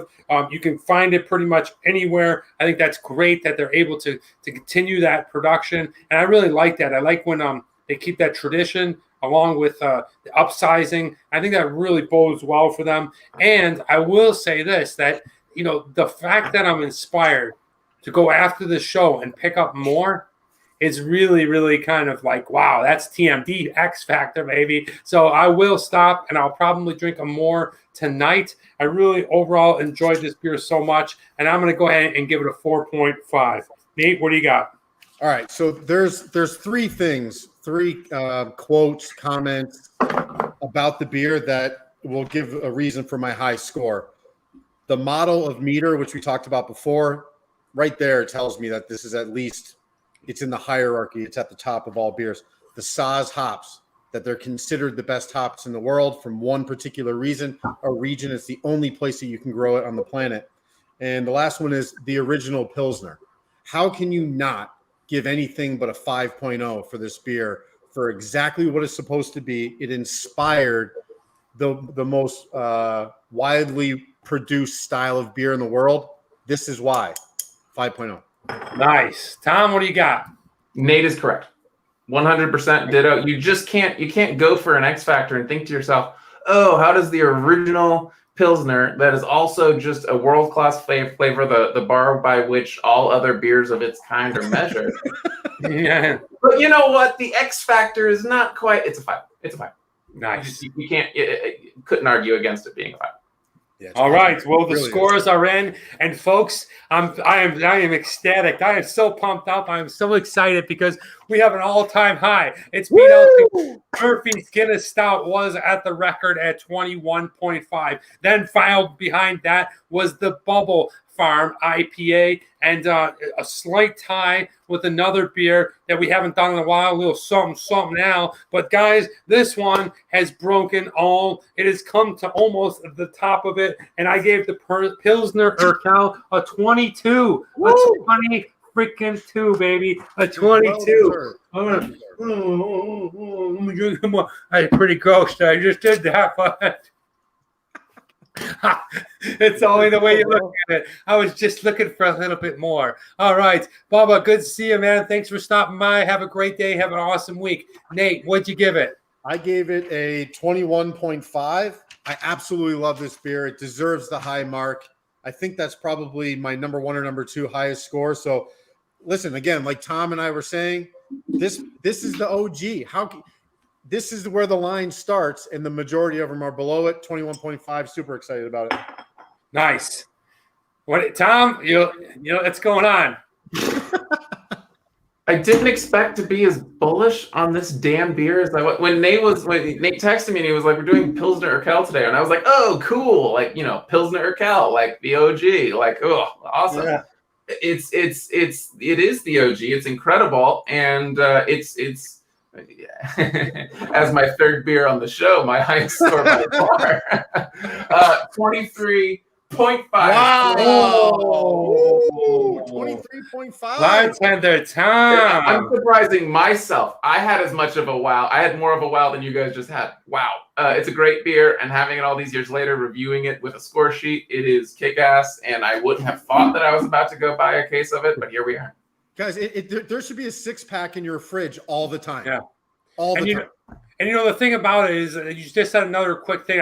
It's like, having a score sheet. Because me and Tenacious Freak were talking about this about a year ago, and I would just like throw it up there. But like having the score sheet validates each and everything that you kind of judge a beer on, right? Yep. So breaking it down, when you look at it like this, we don't just sit here every Sunday morning and drink and like throw out scores and stuff. I actually really think about this and look at it and look in depth at it. And well, it is my high score. That's a great score. Nate, you had an awesome one. I don't know if we're going to get 20 people in the room. I did bring out the beer bong. Drunatic said, how about a high score beer bong? And I said, how about it? Okay. I think that's about time for a high score beer bong. And because Drunatic said it, I will definitely do one. I'm going to drink this Coors Light. It is kind of like Aquafina, but it's a good beer bong. I'm gonna do a peanut butter whiskey with you. Tom's gonna drink an entire bottle of Chartreuse. Oh, that's expensive. No. We'll go with the why not the Bombay gin out of the bottle. Holy shit! Okay, well, guys, this guy don't care, man. He doesn't. Okay, rock and roll. Bartender Tom to high score, guys, and to a great show so far. We got still another beer, but cheers. Here we go. Yeah. Tom, that was awesome. Danny. All right. Now I'm loose. Okay. So we'll put that over here. I want to point out that you did a beer bong, and you knocked that back in a couple of seconds. But you still couldn't do one of the best cocktails in the whole wide world before going to Hollywood. So I just, it's what it is. Wow. Hey, Tom. Wow. Tom, I like to say that this Coors Light is like drinking an Aquafina. Of the piss waters, it is the top of the mountain. If I add 3 shots to it, I won't be able to get by a wheel. Let's do it. It's a cool brewery, no doubt. The brewing time is crazy long compared to all others out there. I can roll several weeks to make one batch. Awesome. I love that beer. It might be my favorite normal beer out there now. Makes me want to drink. Calvin is quite the comedian today. I absolutely love it. I got to figure out. Tom, did you find the second beer? I did. I have it right in the other room. I gotta go grab it as we're rolling. We are rolling. Go grab it, Tom. It is time for the second half of the show. Hope you guys are having fun. Now, the second beer, we have done this brewery before. We have reviewed beers from here before, and Nate's going to tell us a little bit more about the brewery. But this beer, it looks to be a fun one. It looks to be a nice summer brew as we stick on that topic of being hot outside. One of the things I do want to point out about this beer is it only has 99 calories and 4.5 carbs. So if you're in cutting season and you're looking to get ripped, this might be the beer that you want to stick to. And guys, I'm talking about from Boulevard Brewing, Easy Sport Rally Al. It is a beer with tangerine peel and tea salt and sea salt. So look at that. Oh, beautiful looking can. We'll get into that in a little bit later. It is clean, balanced, and a tangy. So, gentlemen, do you guys all have the Easy Sport Rally Al? Nate, do you have it? Are you kidding me, dude? I can't wait. I like the name, Easy Sport. I mean, really, it's a session beer, kind of like you're going to be drinking this thing all day. That's the whole purpose behind it. Yeah, Nate, I wanted to ask your opinion on that. Yeah. Do you think that they made this like it's an easy sport, like just like an easy sport to play? Or do you think it's a play on like Easy Sport? No, I think it has to do with the alcohol volume, the fact it's lighter in calories. So it means that it's the drinkability, the approachability. They want you to drink a 6 or 12 pack of this. It's not an IPA. It doesn't have like that. That's great. Yeah, that's the whole point of it. It's, that's what a session beer would probably be categorized as, something you can drink a lot of. Beautiful. Okay. Well, thanks, Nate. Let's go ahead and crack it open. See what we got, guys. Smell the salt. Yeah. Don't really smell anything other than the salt. I'm going to say it's going to be a bit hazy, but let's go ahead and take a look. All right. Yeah. It's very, very bright. It is. It is really bright. I don't know about hazy, though. Is it hazy? No. I thought it would be hazy. It's not hazy at all. It's very bright. It's very effervescent. Okay. Well, it's got that weird carbonation that's like sticking to the cup. You see that? I don't know if you guys have that. Mine kind of looks like the map of the United States right now. Maybe a little bit of Antarctica as the bubbles disappear. Now it's starting to look like Fiji Islands. But I don't know about you guys. Maybe it's something I've never really grown out of. I've always enjoyed watching bubbles. Look at that. Nate, that's a nice one, Nate. Okay. So. There's kind of a, I don't know if you smell this. It's like oceanic or something. Maybe that's from the salt, almost like a seaweed kind of smell to it. I don't know if you guys smell that. It's an unfamiliar odor, I will say that. Now, the worst beer I've ever had on this show was a beer called 26C, and it was salt and tangerine or lime, and it was marketed 26.2. It was called or something, and it was marketed so after you were done running, you would drink the beer. It was the worst beer I've ever had. I'm going to go ahead and try it again. Tom, do you have it? What's it? Tom, do you have it? Yeah, I got it. I got it right here. And ditto. You're really. I'm getting mostly the salt that you guys were talking about. It is like the smell. It's almost exclusively salt. Yeah, yeah. Which I don't hate. I love the sours, and so I don't hate that even a little bit. But it's. Cheers, Barrow. No, I don't. My first initial sip, I'm not enjoying it. Really? No, the sours are weird. I don't feel like I'm drinking beer. I feel like I'm drinking a mix between a seltzer and a spiked kombucha. I don't know. When you're drinking Pilsner and then you hop on over to this, it's two completely different beers. But we'll see how it goes. Right away, like I said, I don't taste a lot of the tangerine that's going on there, but I do taste that salt. We'll see where this goes. I'm not really sure. I'm not loving the first sip. Yeah, so I mean, in Boulevard Brewery, so they're we've done their beers before. Pretty sure we did a Space Camper, and they've got a whole separate line. But this is part of their year-round line of beers, so that means you can get this at any time. It falls into that easy drinker, kind of lower ABV. You're going to be drinking it on a hot day at the beach, at the pool. And that's why they want to have that citrusy, sour type of flavor that goes along. It's not so much a sour that it's really pungent, but it's there just to give it a little bit of a different body. So Boulevard Brewery, based out of Kansas City, Missouri, they're all over the place. They got a ton of beers. Their accessibility is high. They make tons of barrels every year. I really like the brewery overall. I think it's pretty cool. And they do have different lines. They even have one that are kind of aged in whiskey barrels. So they have a whole line of beers that are aged in different kinds of barrels. So check it out. Go check out their website. It's worth it. It's a pretty good brewery. Yeah, and I'll put it down the link below. I have I have a 12-pack of Space Camper in the fridge. I do like some of their other beers. Just the first sip kind of threw me off. But guys, I want to go ahead and talk about the video that's coming out next week. As promised, I told you last week it'll be coming out. It's actually coming out this week. I've just downloaded it and I'm starting to cut it up and get ready. It is going to be of the Pinball Hall of Fame. It is in Las Vegas, Nevada. It is a 25,000 square foot building with over 100 pinball games from the 50s, 60s, 70s, 80s.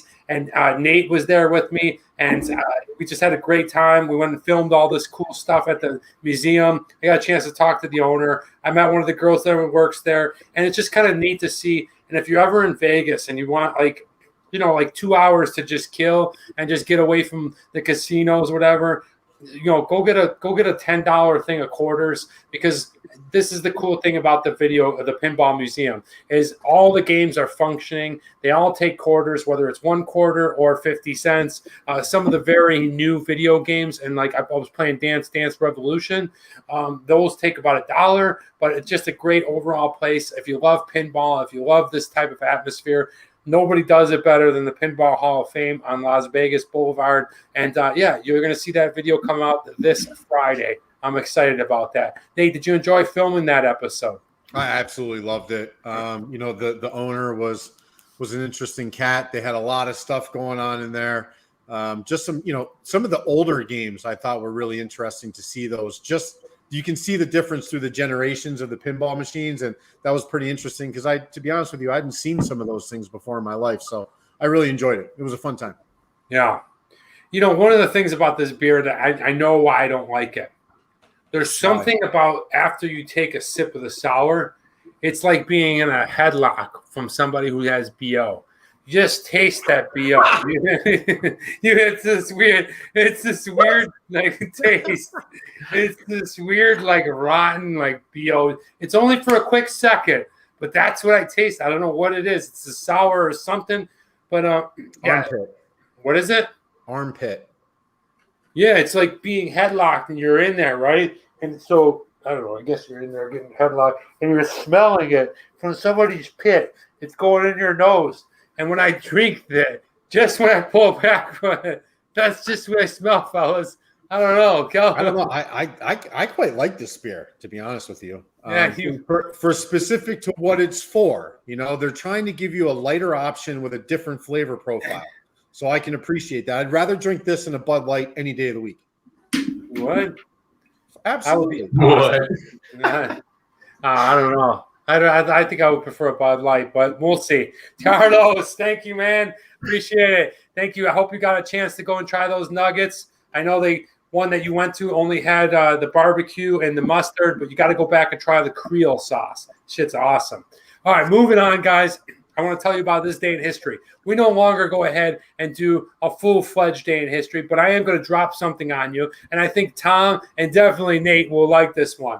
So on this day in history, on August 1st, 1981, at 12:01, music television goes on the air for the very first time ever. MTV, baby, MTV. Okay. The words were spoken by one of the MTV's creators, John Lack, and he said, "Ladies and gentlemen, rock and roll." And the first video, the very first video. Do you guys know what the very first video ever played on MTV was? The Buggles video killed the radio star. Wow. Look at him. Look at Nate. What a man. What a man. I thought it was common knowledge. Oh, Nate, when I come to Vegas, we're doing trivia night, my dude. By the way, I was not. He did not prep me for that. I didn't. I swear. I had no idea he was going to talk about it. But Nate really knows music very well. I know astrophysics and geosciences. Nate knows music. I didn't know ABBA had any redeeming value until I met Nate. Here we are. Here we are. Who doesn't like ABBA? Well, one fewer. A lot of people. I don't want to be associated with those people. ABBA's awesome. All right, well, moving on. I also wanted to go ahead and point out, yes, it was the Bungles. Video Killed the Radio Star was the very first video to air on the new cable television. Later, they got into a format where they brought in teenage shows, and then the reality show, what was it called? Real World, basically was the very first of the reality shows. Nate, do you know the second video played after the Bungles? Video Killed the Radio. The second, I don't know, maybe something by Madonna. Close. There's another Rockette. Cyndi Lauper. 3 times. All right, Whitney Houston. No. Damn it. She's a little bit different, but it was Pat Benatar. You Better Run. I love Pat Benatar, by the way. Yeah. I've been to Vegas 3 times. I've only played one slot machine. That's how I am, too. I do like video game of poker and a little cranberry vodka, please. Thank you. And, yeah, but I'm not a huge fan. Amazing. I like this day in history segments. What's your Vegas go-to drink, Tom? Because they got to come out quick. You can't be telling them you want your drink that you made today. You know, it's got to be give me a vodka tea. That's exactly correct, and you're really hitting within my wheelhouse right here. I play a lot of poker, and I love poker. Blackjack is where I go to win. Craps is where I go to lose and have most fun. And Coors Light. We're talking about your beer bong right now. Coors Light is my Vegas drink if I'm playing poker 10 times out of 10. And this is actually really famous. I'm Tom the Third, Tom Toth Senior, Tom Toth Junior. We've made a few trips to Vegas, and Sierra Nevada beer, which I believe we've covered on this show right here. It's a classic. It truly is a classic, and very famously, Sierra Nevada is our Las Vegas beer, and I'll drink a heck of a lot of that while I am doing mindless things like rolling dice. So Coors Light or the Sierra Nevada is my go-to if I'm in Vegas putting money on the line. Nice. Now, Nate, you live in Vegas. When you go to the casinos, what do you drink? What do you ask for? I mean, typically it's going to be a vodka soda, something like that with a squeeze of lime. But if I'm actually sitting at a place that's going to make a cocktail that's different, then it'll be a Negroni all day long. Yeah, Negroni or Tom Collins for me. A little birdie told me. Oh, Parlo. Okay. Well, moving on, guys. This beer is okay. I'm all right with it. It's really nothing. This is a good beer, man. It's different. There's something going on there that's challenging your palate. That's why I like it. Well, I don't know if it's challenging, but it's kind of the bready thing, I think, is what you're getting kind of with that armpit, because I get that armpit a lot with wheat beers, and I hate wheat beer. I think it's maybe a little bit like cilantro. Some people kind of taste soap when they taste cilantro. I kind of taste something nasty like soap when I taste wheat beer, and it kind of smells like that armpity to me. But before we came on, I was kind of looking at the description of what Boulevard kind of put out for their own beer to kind of preface what they were going for relative to what I was tasting. And so I think it might have been kind of that doughy, bready kind of thing that they're going with without going full wheat that you might be picking up on. I don't know. I'm not getting it, but anyway.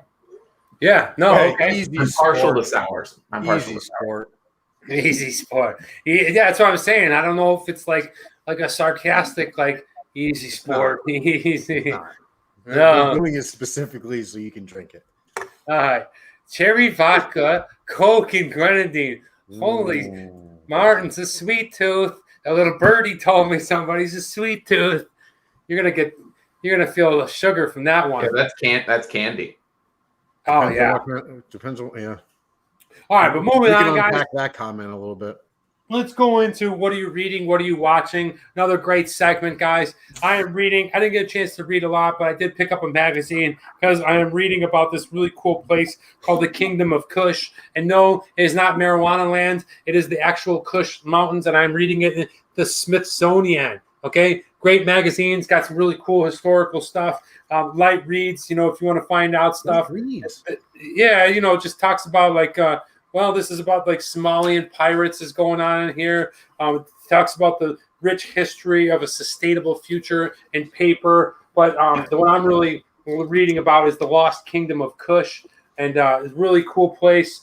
If you have ever read the Smithsonian, it is more of a history buff, kind of a real knowledgeable magazine without reading a book on it. But that's what I'm reading. Pretty interesting. Hey, you got anything? Of course I do. So I am reading a book called The Beer Bible. So it's different than the one I showed you last week. But this you can find on Amazon for about $14. It's from a guy named Jeff Allworth, and really it goes through style by style. So it'll talk about a lager, and then it'll give you all the variations of different kinds of brands of lagers, and we'll give you a snippet of what those are. Do you mind if I read something about Czech lagers out of here? I would love that, Nate. So the reason I looked this up was obviously the Pilsner Urquell, right? So people outside of the Czech Republic don't understand how prolific the beer culture is in the Czech Republic. The world of Czech lagers is mostly hidden to those outside Europe. We know of Bohemian Pilsners and assume that's all there is to the country that invented the world's most famous style. but the Czech Republic has a lager tradition nearly as rich as Germany's. And if you have the good fortune to visit, you'll find more than golden lagers there, which I thought was a really nice little comment about the Czech Republic, because I don't think about the Czech Republic when I think about beer, but this is changing my perspective on that. So great book. That's cool. You see, now I do, though. That's the thing. Like, I've been harped on all the time as being the American that drinks shitty beer from my Czech friends. And really? Especially Notch, because he's more like negative Notch. He's got a very negative. Yeah, and he always talks about how good the Czech beer is. He's always inviting me to his house. He lives like in the countryside outside of Prague. So I will take him up on that one day. And how about yourself, Bartender Tom? You reading anything? Bartender Tom. So I just read this, and I picked up on it. It was recommended to me, both of these actually recommendations, but I thought I was picking it up for my daughter. Turns out it's a kid's book that's not a kid's book, done by Johnny Soon, and it is called Everyone's an Alien When You're an Alien Too. Aww. Bear with me. I know it's got this kind of art style, super all cute. the way in a story, all the way down to Mr. Alien. Everything spelt incorrectly. It's almost like a kid's vernacular, down to him making friends with existential nothingness and talking to an egg who's having an identity crisis about what the heck he's going to be born into. It's wild. I swear to God, you will not regret. Please, please, please. Purchase Johnny. Oh no. There we go. You're good. Purchase. Everyone's an Alien When You're an Alien. When You're an Alien Too. Johnny Soon. It's hilarious. It's heartbreaking. It'll take you 45 minutes to get through, because the illustrations in it are quick and easy, and it's written like a kid's book. It's a kid's book for adults. It's without being. I read it to my daughter too, but there were a couple pages where I was like, oh my God. I think I'm gonna get it, watch it, read it. It's awesome. And then go ahead.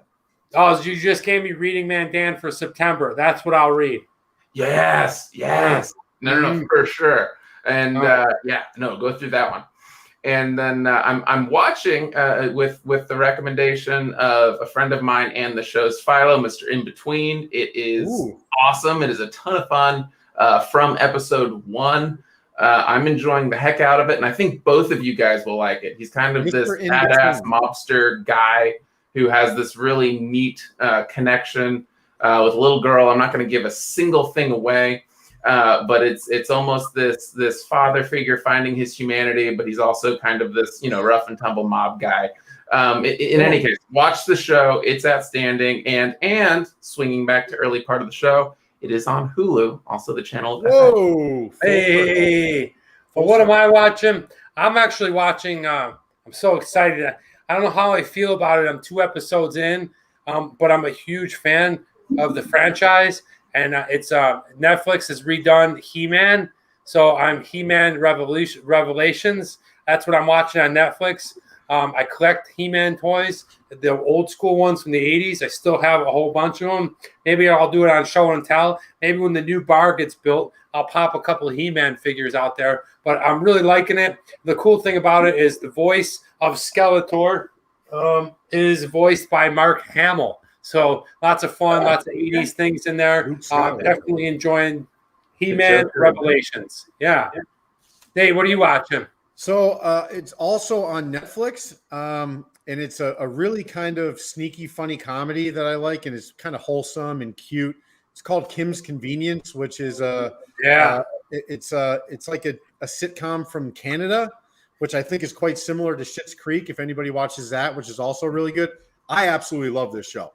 It's basically what we used to do as in this melting pot, kind of make fun of each other, make fun of ourselves a little bit, kind of in a lighthearted way.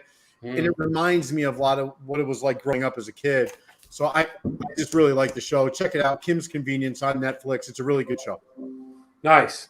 All right, what am I listening to? I found an old guy who was very similar, and I wanted to bring this up on the show that Nate might want to listen to. His name is Gary U.S. Bonds. Okay? Ooh. And he is, and the reason I found out about him because he appeared in one of the last episodes of season 2 of Lilyhammer, and he's a friend of Stephen Van Zandt. But the style of music, I swear, Nate, is exactly like Bruce. Bruce and the E Street Band, and like so amazing, and Big Wheelie, and like just that rockin' dockin' doo-doo-doo, you know. Big band. Yeah, I just love all that stuff. And so Gary U.S. Bond, if you check it out, Jacqueline, no, she says, you Canadians.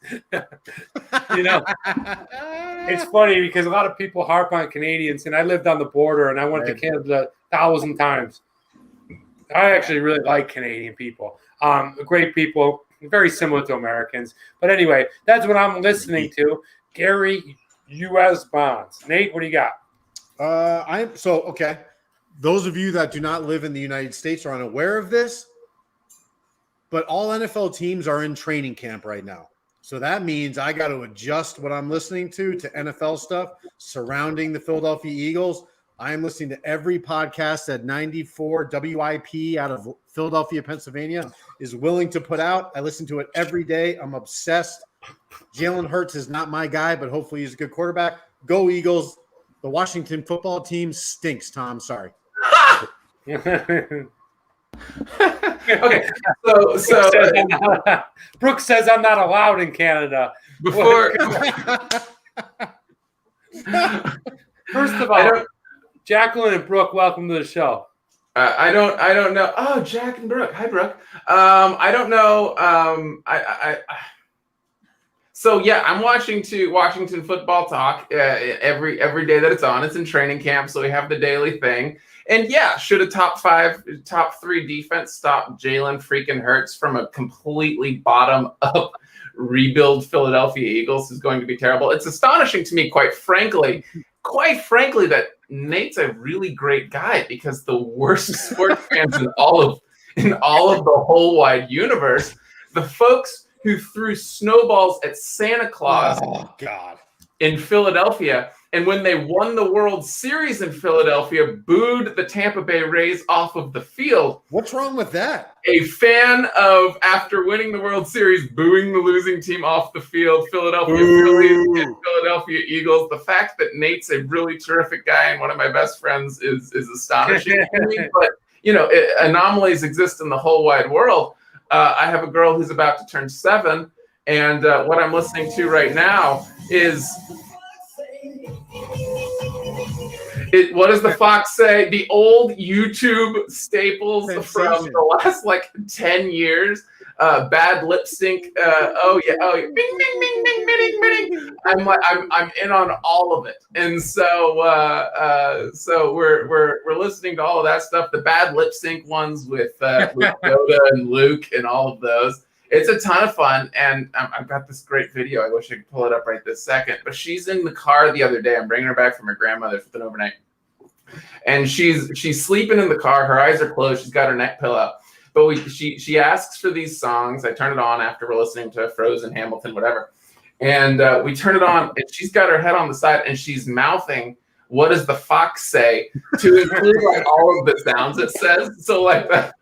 So she's going, wah, wah, wah, wah, wah, wah, but her eyes are closed. She's perfectly, it's wah, wah, wah, wah, wah, wah. It's the funniest thing I've ever seen. And all of a sudden, I'm all of these videos from 10, 12 years ago that I absolutely love. I'm 100% back in. That is what I'm listening to right now, because she has camp. She's got all this stuff going on, and I am listening to it 5 days in a week and singing along and having a blast. That's awesome. That's awesome, man. Yeah, get it, Nate. What do you got? It's just getting off the rails. Let's reel it back, man. Good to hear that you're listening to kids' stuff from 10 years ago. Nate, kids music, kids books. I'm just, it's summertime, Dad. I'm starting a new job here, and it's going to be another 2 weeks. I'm 3 weeks in between jobs, so I'm just in hardcore dad mode right now. Hardcore. We love that. Be a hardcore dad. Sting is awesome. Police are amazing. Good to hear from you, Drunatic. Guys, I'm just going to whack it down. We're going to finish it. See you guys. Cheers. By the way, this is a really good beer. I really like it. Easy sport. Squidward Dan.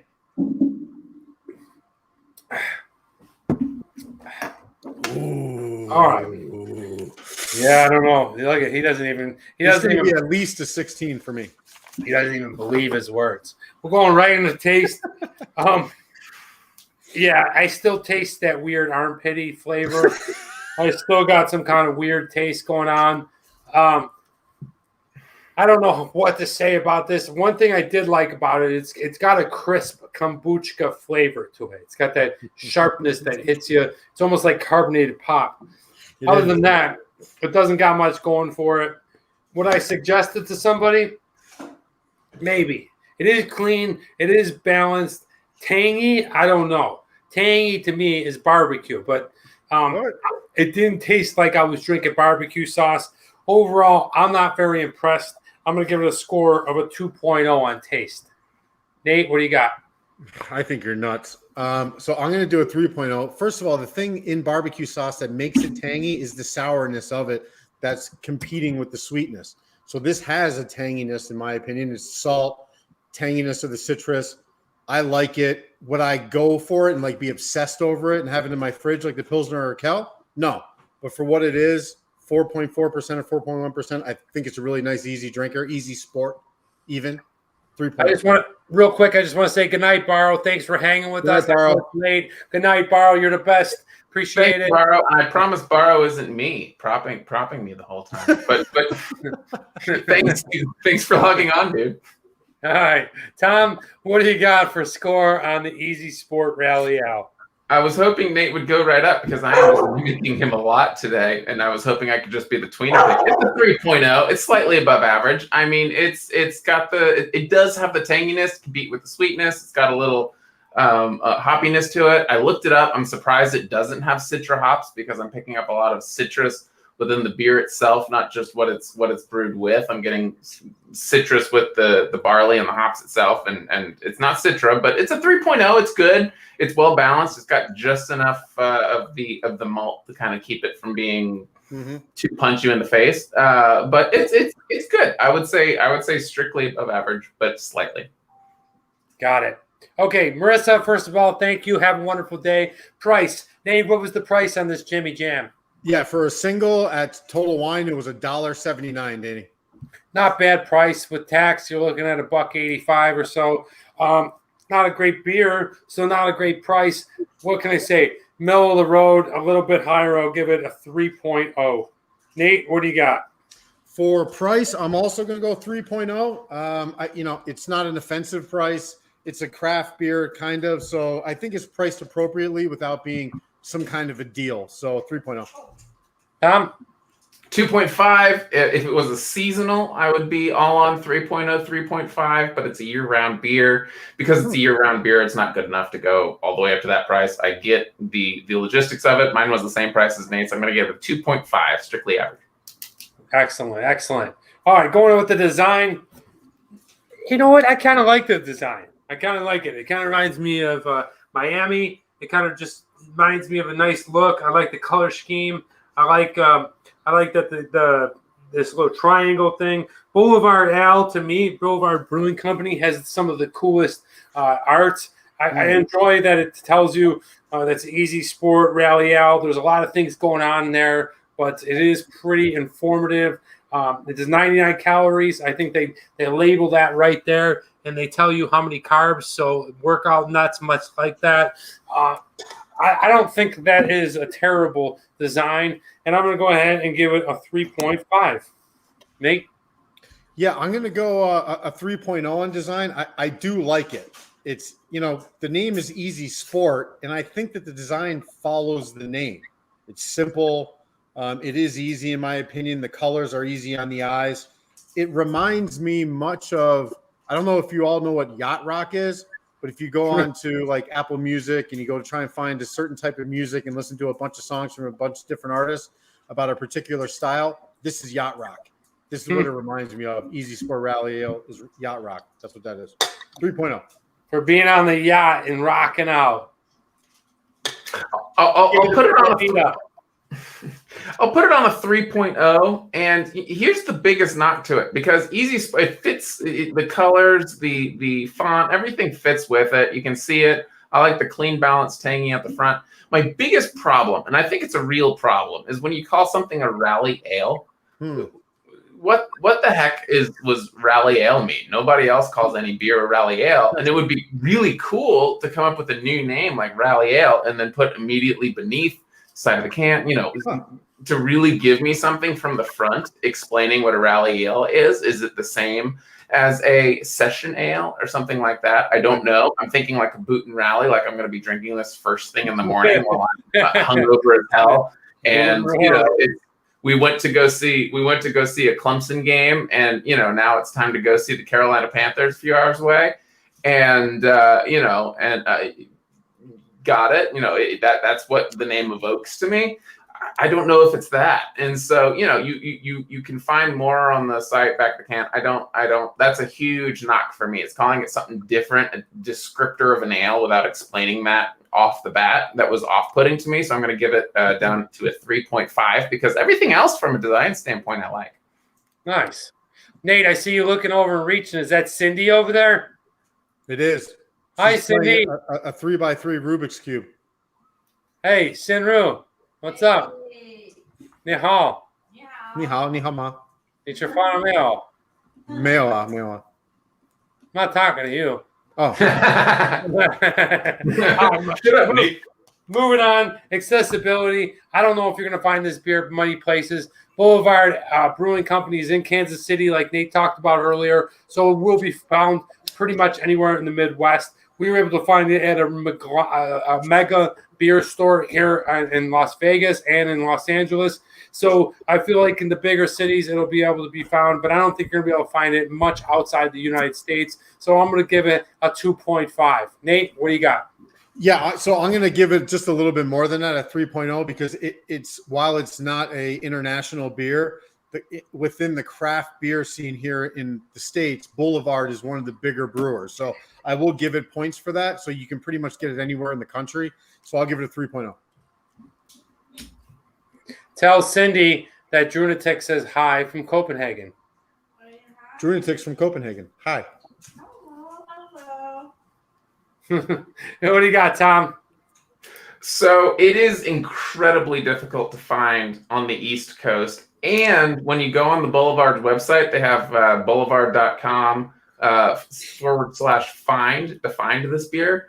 Nate told me he could find it. I looked at LA zip code. I looked at Las Vegas zip code. There were no stores that even came up. So they're not even really putting their site on, they're not really updating their site with where Easy Street is going. And so when I looked on the East Coast, they said there were exactly 0 places where it could go. And Total Wine didn't have it really listed as where you can go. I found one a ways away. My local Total Wine didn't have it. So on the East Coast, it's inaccessible. You're definitely not going to find it in any sort of grocery store, and it's not an international beer. I'm giving it a 1.5. Wow.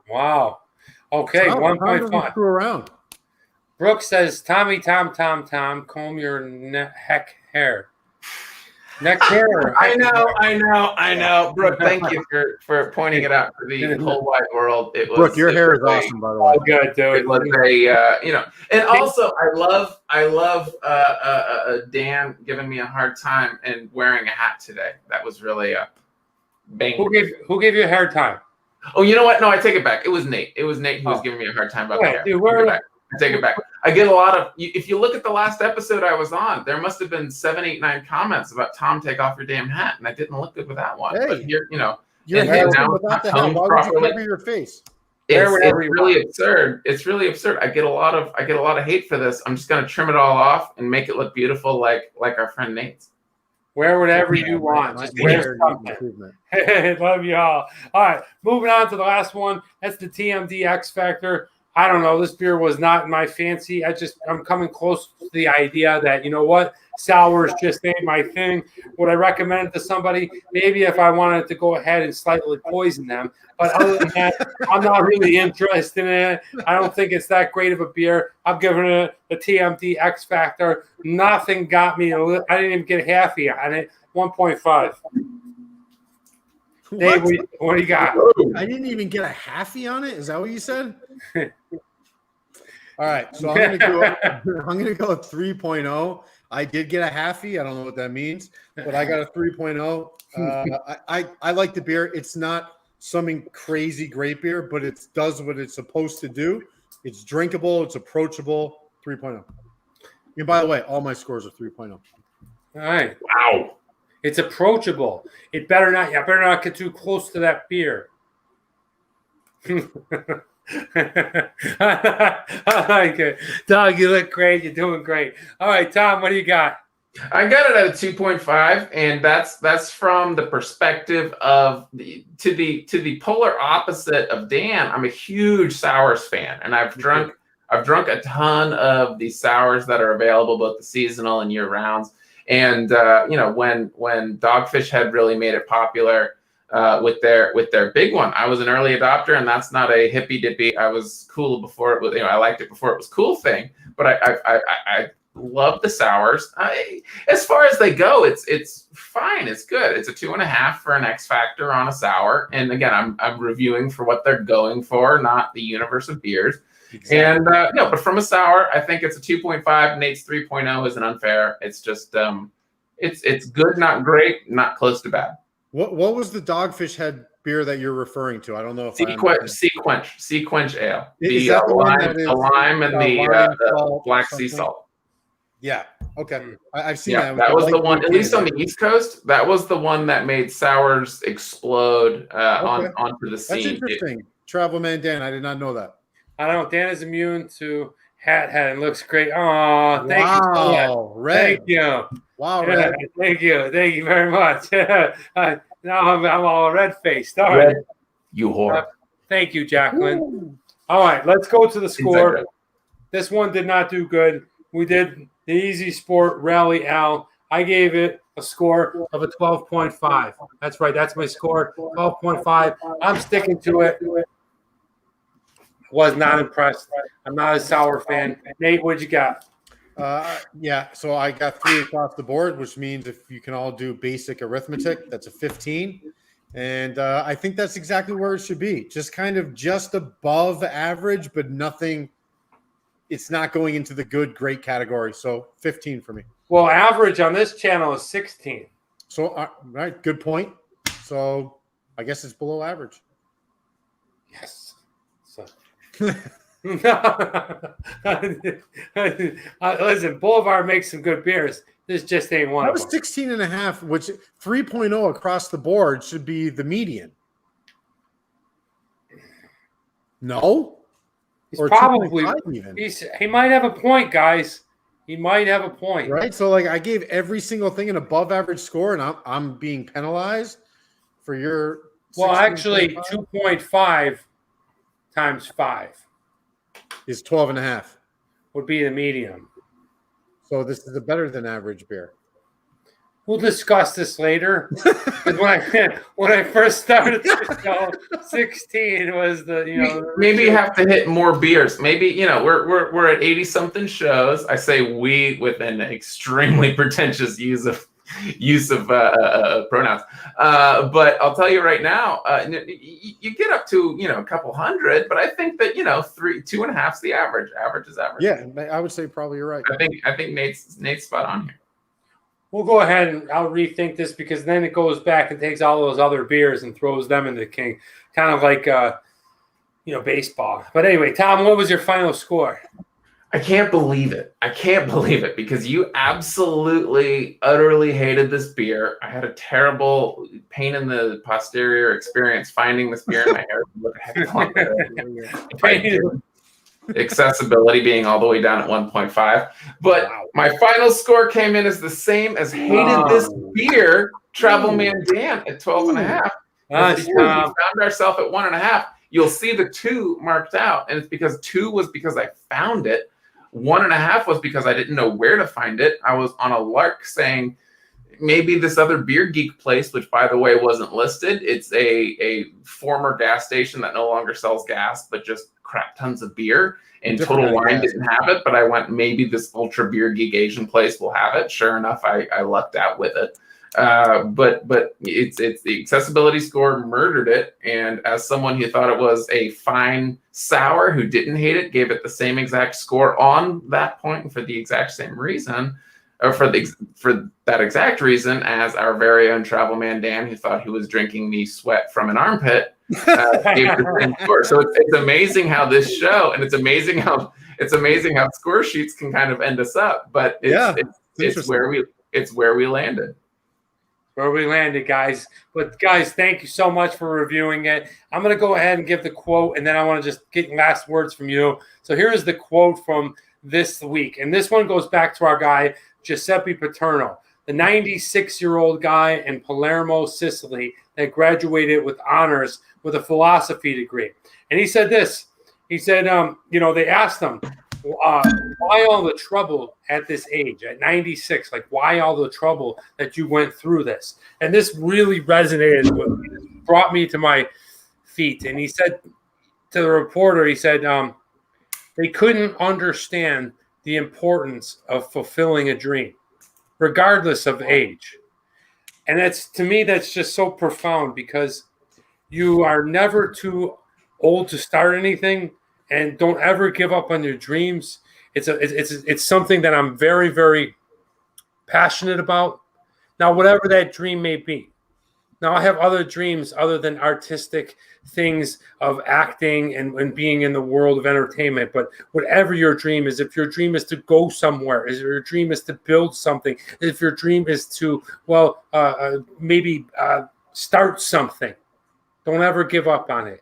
And Giuseppe Paterno is a perfect example of that. And when he said they couldn't understand the importance of fulfilling a dream.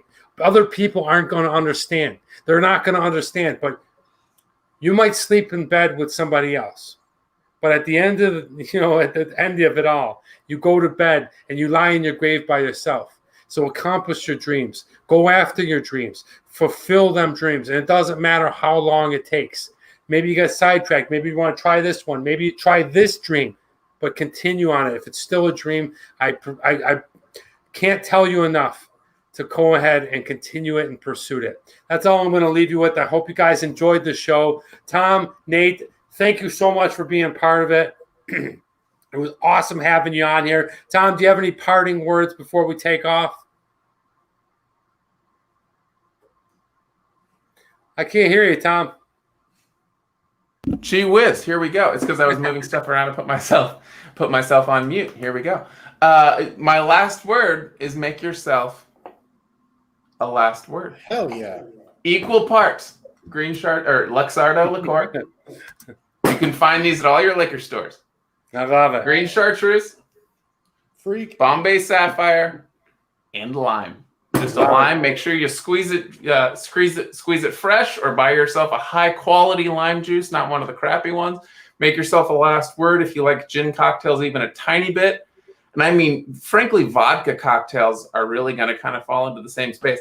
But make yourself a last word. You'll love it if you're looking for a crowd pleaser and one to impress your fans while the weather is hot as well. Do it. And follow your dreams. And if you're married, don't wake up to somebody else with somebody else, as Dan alluded to. Well, no, I didn't say it with somebody else. The exception to the rule. The exception to the rule, and it was an analogy. It was an analogy. I'm just joking. Nate, what do you got for us, man? Well, first of all, I'd like to say, Travel Man Dan, thank you for having me on. And Tom, it was very enjoyable to be on the show with you again. But yeah, I just wanted to piggyback off of the comment or off of the gentleman that was looking to expand on his education at such an old age. I would urge the younger generations, the way that I grew up, the way that Travel Man Dan grew up, I can't speak for Tom, was that we really revered our elders in our community. And I feel we're getting away from that.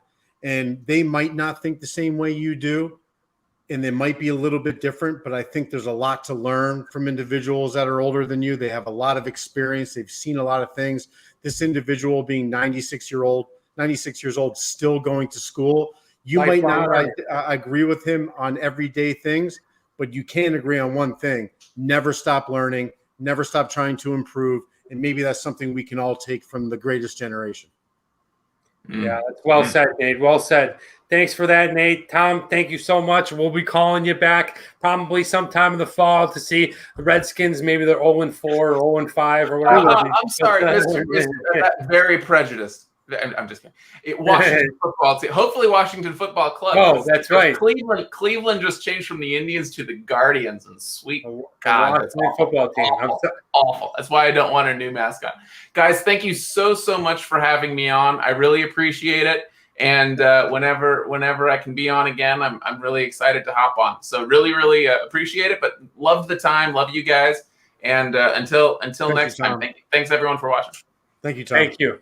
Thank you, guys. Thank you for tuning in. If it's your first time, you stayed with us. If you're recurring every week, you know I love you. Thank you so much for the continued support. We're about 2 hours for the show. When we first started this, I was going for 20 minutes. We have jam-packed. Thank you so much. I can't appreciate you more. Have a great week wherever you are, whatever you're doing. I wish you all the very best. I'm Travel Man Dan, and remember, it's a big world out there. Make sure you see every bit of it. Bye, guys. Spot on. Yes. Thank you, everybody. See you later. Freak, it was great to see you.